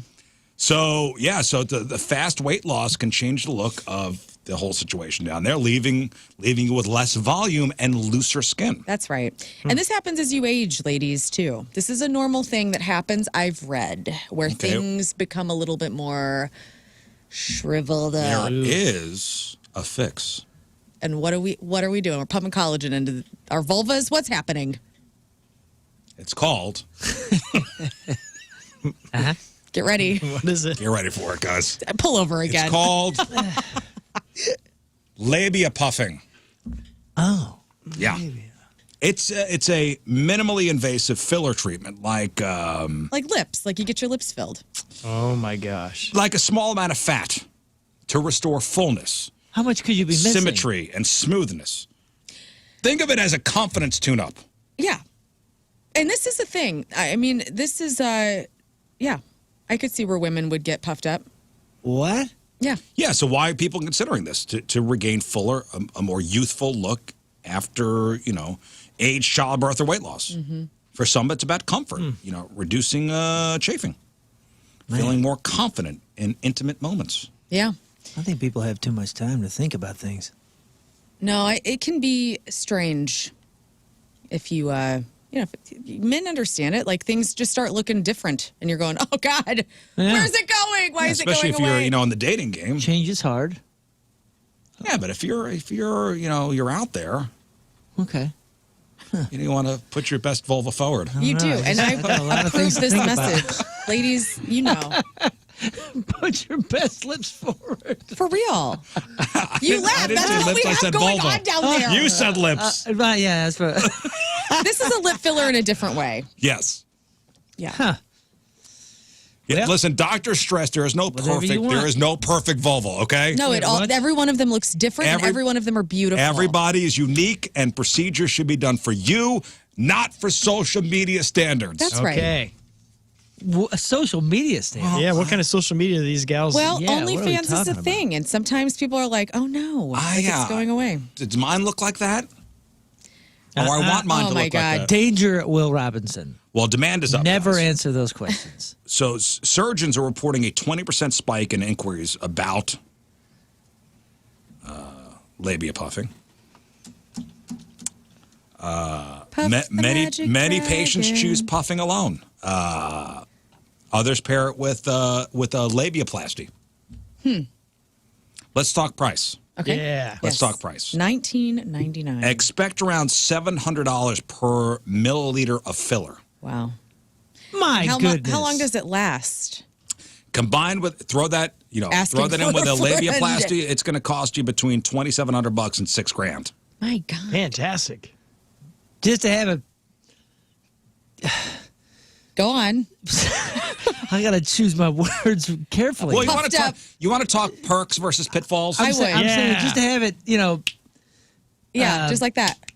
just Perks versus pitfalls, guys. just to have it hit. The perks, guys. Perks, camel toe. Local anesthetic, quick recovery compared to surgery, and a plumper appearance. Okay. The pitfalls, swelling, bruising, irritation at the injection site are common. Well, that'll go away. Rarely, allergies can happen. If it's not done well, it could be asymmetrical. They could be lumps. There could be an overfilled look. Oh, my. Infection is possible. You start looking like the Beauty and the Beast, the guy that played Beast from the TV show. You know what I'm talking about? That's what his face looks like. What's going on Could look down like there? a puffed up vagina like that. Yeah. Oh, Just be careful. That's all I'm saying. that's it. Just to have it beat up. Go That's ridiculous. find a good This is Groupon and go to ridiculous. that doctor. Here's your sex time takeaway, guys. If you're curious about labia puffing, vet the clinic, understand the costs and risks, and only do it if it makes you only do it if it makes you feel good in your own skin. What did you say that was the average amount of milliliters needed? It was $700 for like 25 or something. $700 per milliliter of filler. My. That's what I'm saying. So, like, what is that? I don't Well, know. I mean, what's a mean, that's- milliliter? I don't Teaspoon? know. like a Help. I'm going to say. I don't have a conversion chart. online. Hey, doc, top me off. You know what, though? This is upsetting Just a little puff because there, a little puff there. if it's a bottle. I'll be out of here in no time. then we're wearing yoga pants and you're all puffed out. Now it's camel time. Yeah, now it looks like you're carrying a potato or something. That's right. around. yeah. So if you have Looks a like bottle an inflatable, about an inner this tube. if you have a bottle about this size, it's probably that. That's a milliliter. Yeah. Wait, what Thank is? you. What is? Like those little The tip a of your thumb. thumb. getting a a shot. thumb. Getting a shot. You draw the syringe. Hey, man, ladies want things to look normal as they do down there, just like men do. That's why you guys are doing the injections into your wieners and stuff and making things look a little different down there. We don't have- Right? this is We had that you story. guys. I got. And then that guy did the extension for his male Not these member. guys here. Yeah. Not these guys, but some guys did. Do a wireless one is pretty cool too. Then there was the pump, The pump, yeah. and there's the pills. So I mean, this Yeah. is just ladies trying to take back their Yeah, esteem but down those, there. but no, because those things are for function. You know what I'm saying? And, well, yeah. Yeah, the pills are for, And so is the pump. Yeah, the pump. We're talking about function versus But I guess- fashion. This is pure This fashion. is pure aesthetics. Yeah, but This is aesthetics. it is aesthetic. But I mean, also function because you're not going to get any function if there you'll isn't get an plenty aesthetic. of function. It don't matter what it looks like. I mean, I would say do a before and after of the, what is it, the labia puffing? Yeah. You brought this up. Okay. You brought this on yourself. I'm just saying, it's a thing that people are doing. Okay. It's fine. Anyway. Let's finish off with some St. Louis misconnections, shall we? Shall we? I got, let me see, where are we going here? Should we go to Tower Grove, South, Dogtown, Soulard, or St. Charles? Ooh, Dogtown. Dogtown. Yeah, Dogtown sounds fun. Dogtown. You spilled a Bud Light on me at a Cardinals game, section 452. 452 is way up there, by the 452, way. yeah. You're up by the pennant Can you pull flags. up a map of the of Busch Stadium? 452. It's up by the labia majora. Okay. So normally, getting a full cold beer dumped down my back wouldn't be the highlight of my night, but here we are. This was during the last homestand, the night game. You were on the row behind me in section 452. When the crowd went nuts, you lost your balance, and your entire cup of Bud Light became my new cologne. You were mortified, absolutely apologizing profusely. You had reddish-brown hair and a messy bun, and were wearing an Arenado jersey. Yeah, you were. I was the guy in the simple blue Cardinal sweatshirt who was suddenly very, very cold. Honestly, I was about to be annoyed, but you were so genuinely sorry, and your friends were laughing so hard that I couldn't help but laugh too. You kept offering to buy me another beer, but I was busy trying not to shiver to death to give you a coherent answer. My friends are telling me I'm crazy, but there was something about the way you said, "Oh my God, I am the actual worst." I found it incredibly charming. If you see this, prove it's you by telling me the name on the back of my jersey. I feel like you owe me a drink, and I'd like to collect somewhere a little warmer. And maybe this time, you could spill it down my front. Whoa. He is Dang. Yeah, I did. No. No way. There it is. Dude, Oh, no way. man. Okay, Dogtown. All right, Dogtown. 452 is above the broadcast press box, up at the very top behind home plate. Yeah, that's Very top. And I have a feeling if you just want to guess, you could probably say Molina or Pujols. And you'll be like, Good "Whoa, idea. Oh, you nailed it. This one out of St. Charles, woman for man, 35 years old, to the handsome man in the beat-up black Ford Ranger, Yeah. stuck next to me in the daily hellscape that is 64 East this morning around 8:15 a.m. You're my hero. We were trapped behind a beige Toyota Sienna with a stick figure family sticker, going a cool 50 miles an hour in the passing lane for no discernible reason. I was in the white RAV4, slowly losing all my will to live. I glanced over and saw you. You had a beard, a black baseball cap on backwards, and you were just staring at the minivan with a look of pure philosophical disappointment. You caught my eye. We shared a moment. A head shake, a mutual eye roll. A shared silent scream into the void of our morning commute. For about 3 miles, we were a team, united in our righteous indignation. You gave me a little salute when you finally managed to get around them at the Hampton exit. It felt more intimate than a handshake. I spent the rest of my drive fantasizing about us pulling off the highway, abandoning our responsibilities, and finding a bar that opens at 9 a.m. Holy smokes. Love that. If you're out there and you remember this brief, beautiful alliance against terrible drivers, tell me what was in the back of your truck. I'd love to get stuck in traffic with you again sometime. Intentionally. Yeah, those sound like Rizz Show listeners. Both of First of all, I love the description, and I have a visual, and then I think to myself, I'm a hat guy. Not that I'm a backwards hat guy. But when you're driving, unless you're driving a Trans Am or something, do you ever have your ball cap backwards? It's hard to. How do you sit? That's what I'm saying. I feel like you got to be doing this, like you're leaning forward, like you're Yeah. racing something. Unless you're in a Trans Am and the seat's way back like this, and you're kind of leaning Yeah, up I don't anyway. know. I don't What know are you how doing with your that works exactly. baseball cap backwards? All right, one final one. One final misconnection. Man, This is weird, but I'm shooting my shot, says this man, age 29. We were on the patio at Rockwell on Friday afternoon. Anybody ever been there? Rockwell? Yes. Great patio. Is it? Okay. I was sitting at one of the long tables trying to look cool and aloof while my golden retriever napped under my feet. You had a ridiculously cute, fluffy corgi named Nugget. Oh. You were tall, had great arms, and were wearing a black tank top and shorts. I was watching you from across the patio when Nugget, in a bold display of dominance, trotted right over to my table, lifted his leg, and peed directly onto my ankle and white sneaker. Wow. You rushed over, horrified, apologizing over and over. I was the guy who laughed and said, it's a sign of respect in his culture, right? You have an amazing laugh. You offered to buy me a drink to make up for it. And I, like an idiot, said I had to leave soon. I've been kicking myself ever since. So to the guy whose dog claimed me as his territory, I'd let him do it again if it meant I could get that drink with you. Oh, wow. If you see this, dedication. tell me what kind of beer I was drinking or pretending to drink while I was watching you. I promise I'm more interesting than I seemed, and I've since washed the shoe. Oh, my God. Mostly. Okay. Oh. All right. Well, there we go. Well, there you go. Sweet. Very specific. We had a gal come up on Friday. Yeah. And get your picks on season 6, and she'd sent one of these off that we read once. Oh, yeah? Yeah. It was pretty neat to hear her. Yeah, she was like, I felt so embarrassed. Yeah. She was very sweet. Yeah, she was really sweet. But Well, hopefully we're helping. Maybe make some connections. yeah. All right, we got to take a break, but and we'll get to some emails after the break. We do have a concert announcement to make. You see this? I did. Yeah. Big one. Is it big? Yeah, man. Enterprise Center is going to sell out. Bring Me the Horizon.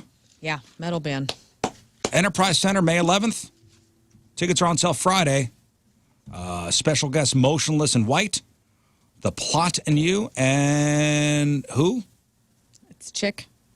Amira. Mirror on the wall. I'm not familiar with Amira Elfaki. Elfaki.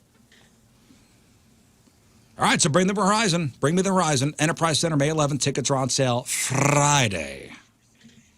Rush just announced shows? Yeah, so Rush is returning to the stage for a short tour, and the closest it's getting to St. Louis will be Chicago on July 16th and 18th. And they say this is their first tour in more than a decade. Wow. Alex Lifeson, Geddy Lee, they reached a mutual decision, and they also got the blessing of Neil Peart's family to do this. Yeah, but, oh, man, this is shocking. I feel conflicted. I'm a huge Rush fan, and my initial reaction, as always, The Professor's gone. I want No more band. I want to see musicians make a living and play. And so, and as a Rush fan and as a musician that's always trying to support musicians, I'm stoked about this. But at the same time, like, I saw Rush as like the only pure band that I thought they said, and maybe I got this wrong, I thought they said after Neil passed that they would never play because Neil was... Well, that was also Zeppelin. They said once, Bonham died, that was it. And they've stuck to it. And they stuck to it. And for some reason, I don't know, there's like some ideal purist thing that there's like hold true, bro. And I kind of thought that Rush was going to carry that flag for me. Nah, So I feel very... Another disappointment. No, again, I'm very happy for them. And they're so good and so vibrant still that they should be helping people enjoy music with their skills. So I'm all about that. But 1% of me is like, what? I watched a video yesterday, actually, of Geddy Lee playing Roundabout with Yes. Like doing the bass part. Look that up. Holy cow. Well, Alex Lifeson has Envy of None. That was like his side project that he's been pretty active with since they stopped touring. So he's been kind of active. Geddy Lee's been putting out books and watching baseball. Well, listen, this is cool. Gonna play a couple shows, whatever. Good. Listen. Oh, I feel That's not the big news of the day. The big news of the day is the Rizz Show beat the Fast Lane. Oh, yeah. Challenge. Easy peasy. Made a meal of them. Yeah, so tonight's Jags-Chiefs game doesn't matter. It does matter, though, as far as myself and Learn, who are the cellar dwellers on Team Rizz. You have the Jags tonight. I have the Chiefs. I'm up 6-5. If the Jaguars win tonight, it comes down to the tiebreaker. So we will find out tomorrow what's going on with that. I just learned how to station the tiebreaker scores to be better because I've been like kind of willy-nilly about it. Mm-hmm. So we'll see what happens. We'll see what happens. Moon, we have time for a couple emails. Yeah, Rishon1057thepoint.com. Emails are brought to you by Glenn Brothers Garage Door. Garage Door giving you trouble? Call Glenn Brothers Garage at 618-900-4239 or glennbrothers.com. First up, email from Mel, who's calling out a couple of you. Okay. Quote, I was wondering if Rizz ever paid up with King Scott. You guys made a bet back in 2018 on the podcast titled, You Hear That? You Panic. There was a $10 bet that Bill Cosby would only spend a week in jail, LOL. It's nearly the beginning of the podcast around the 50-minute mark. And then Mel signs off with, quote, sent from my Android, Did I Jeff pay you? Burton forever. Wow. I forgot all about That's that. on you. Maybe you know what? I paid you. Dude, you going to let that slide? I paid you. I'm going to research Go this. ahead. You better figure this Go out. ahead. Check the accounting. All right. I don't remember if I paid you or not. This I is mean, where now the, with if you interest, let me see how much. this is where the listeners shine. We sit here and If we you- yell at each other for 4 hours a day. Sometimes we can't keep up with our own mouths. If you asked for the money, then I would have paid you. If you Plus didn't, interest. then I don't know. All right. It looks like it's only $180. Okay. Perfect. That is perfect. All right. I owe you $10. Next. Hey guys, hope you're having a good day. I wanted to share my wild story about Thank you, getting Mel. kicked out of the Cancun airport. I was 19, traveling with my girlfriend, my mom, and her friend. We just wrapped up a 4-day stay at an all-inclusive where we're heading back to St. Louis. We grabbed dinner at Bubba Gump in the airport. Ooh. My mom and her friend had a couple of drinks. Nothing crazy. My girlfriend and I didn't drink at all. We were laughing and we were joking a bit in the line to board, but nothing out of control. Then the gate agent stops us and says, "The captain is not allowing any drunk passengers on this flight. You're not boarding." I was stunned. I asked for a breathalyzer and I tried to explain that we weren't even drunk. They just kept repeating, "Captain says no. Captain says no." And eventually, no inglés. No inglés. Oh, all of a sudden they switched, huh? All of a sudden I can't understand English, huh? We stood there and we watched our flight take off without us. I'll admit, I was upset. I threw my boarding pass. I argued and yelled at airport security until they showed up and escorted us out. Wow. We called our travel agent, got booked at the Ramada Inn in Cancun, and found a flight for the next day. We had to pay for all of it out of pocket. And here's the best part. I couldn't sleep. So I went out to the hotel courtyard to smoke. This drunk dude stumbles past me and mutters, "F Mexico." And I laughed and said, "Yeah, F Mexico, just trying to bond in our shared misery." He turns to me and says, "Yeah, man, I peed myself on the plane and I got kicked off." Yeah, you are a menace. Turns out he was the reason our captain went from fine to full zero tolerance mode. He was also flying back to St. Louis. And because of him, all of us got the boot. Moral of the story, don't be loud. Don't drink. And definitely don't follow a guy who pees his pants onto a flight. Oh, it's like mistaken identity? We got home safe, and now it's just a funny story that I'll never forget. Energy up. So it's like a mistaken identity thing? I guess so. Like, Or you like know, lumped into the crowd? yeah, a bunch of the. Guilty. Listen, yeah. I know exactly where that Bubba Gump shrimp is. And try not to get drunk there. I dare you. But that's the thing, man. If there's a chance that somebody's going to pee themselves or be drunk in front of you, don't also be loud in line. Yeah, that's right. Yeah. So he was saying, you know, they were laughing and having a good time. I try not to, when I fly, I try not to just make any scene. I want to be out of everybody's way. Invisible. I try to be invisible. Get me on the plane. Shut up. I don't want to cause a scene. I'm just here to fly, Right. and that's it. Just get me to where I'm going. Yeah, get me there. All right, one more. Let's see. Hey, guys and Learn. I know you guys have been talking about junior-senior wars the last couple weeks. Unfortunately, I was just a victim. Similar to Moon's situation, my son warned me of the possibility of being targeted, and we were. Flour. Lots of it. All across the front yard and the driveway. Shredded cheese on the front porch. Shredded cedar shavings, like gerbil bedding, dumped all over the yard. Finally, shredded paper strewn about. A random bag of trash opened and then dumped. A couple of fish, yes, fish, hidden in the bushes for good measure. They spent some serious money on this, too. Clearly the items, less the bag of trash, were bought. The fish weren't caught. These were whole fish from the Deerberg seafood counter. Oh, my gosh. And yes, I'm the guy that does his own fertilizing, mowing, and spends a mint on watering to have a nice lawn. Needless to say, I had my son out there at 11 p.m. cleaning every single bit of it up.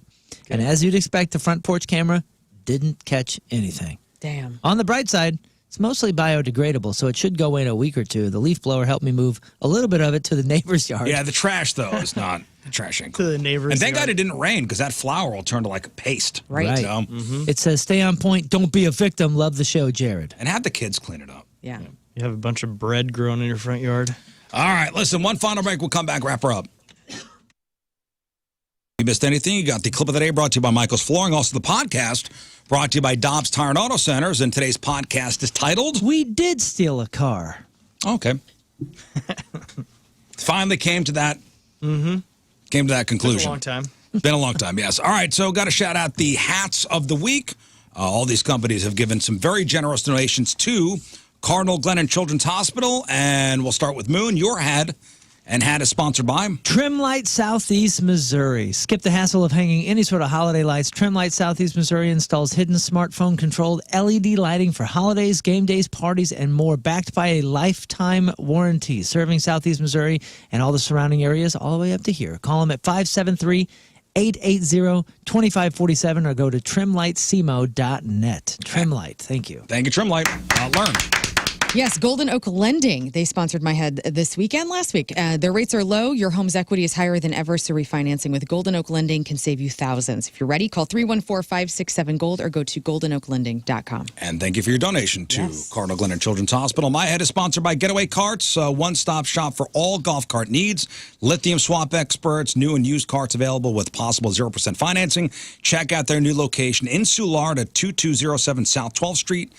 GetawayCarts.com. GetawayCarts.com. All right. That's it. See you tomorrow. Yeah. Thank you all for tuning in. We leave you with a selection from our Teamers Member of the Day, brought to you by Hot Shot Sports Bar and Grill from High Ridge, Stephanie Morris, a.k.a. Craft Queen STL.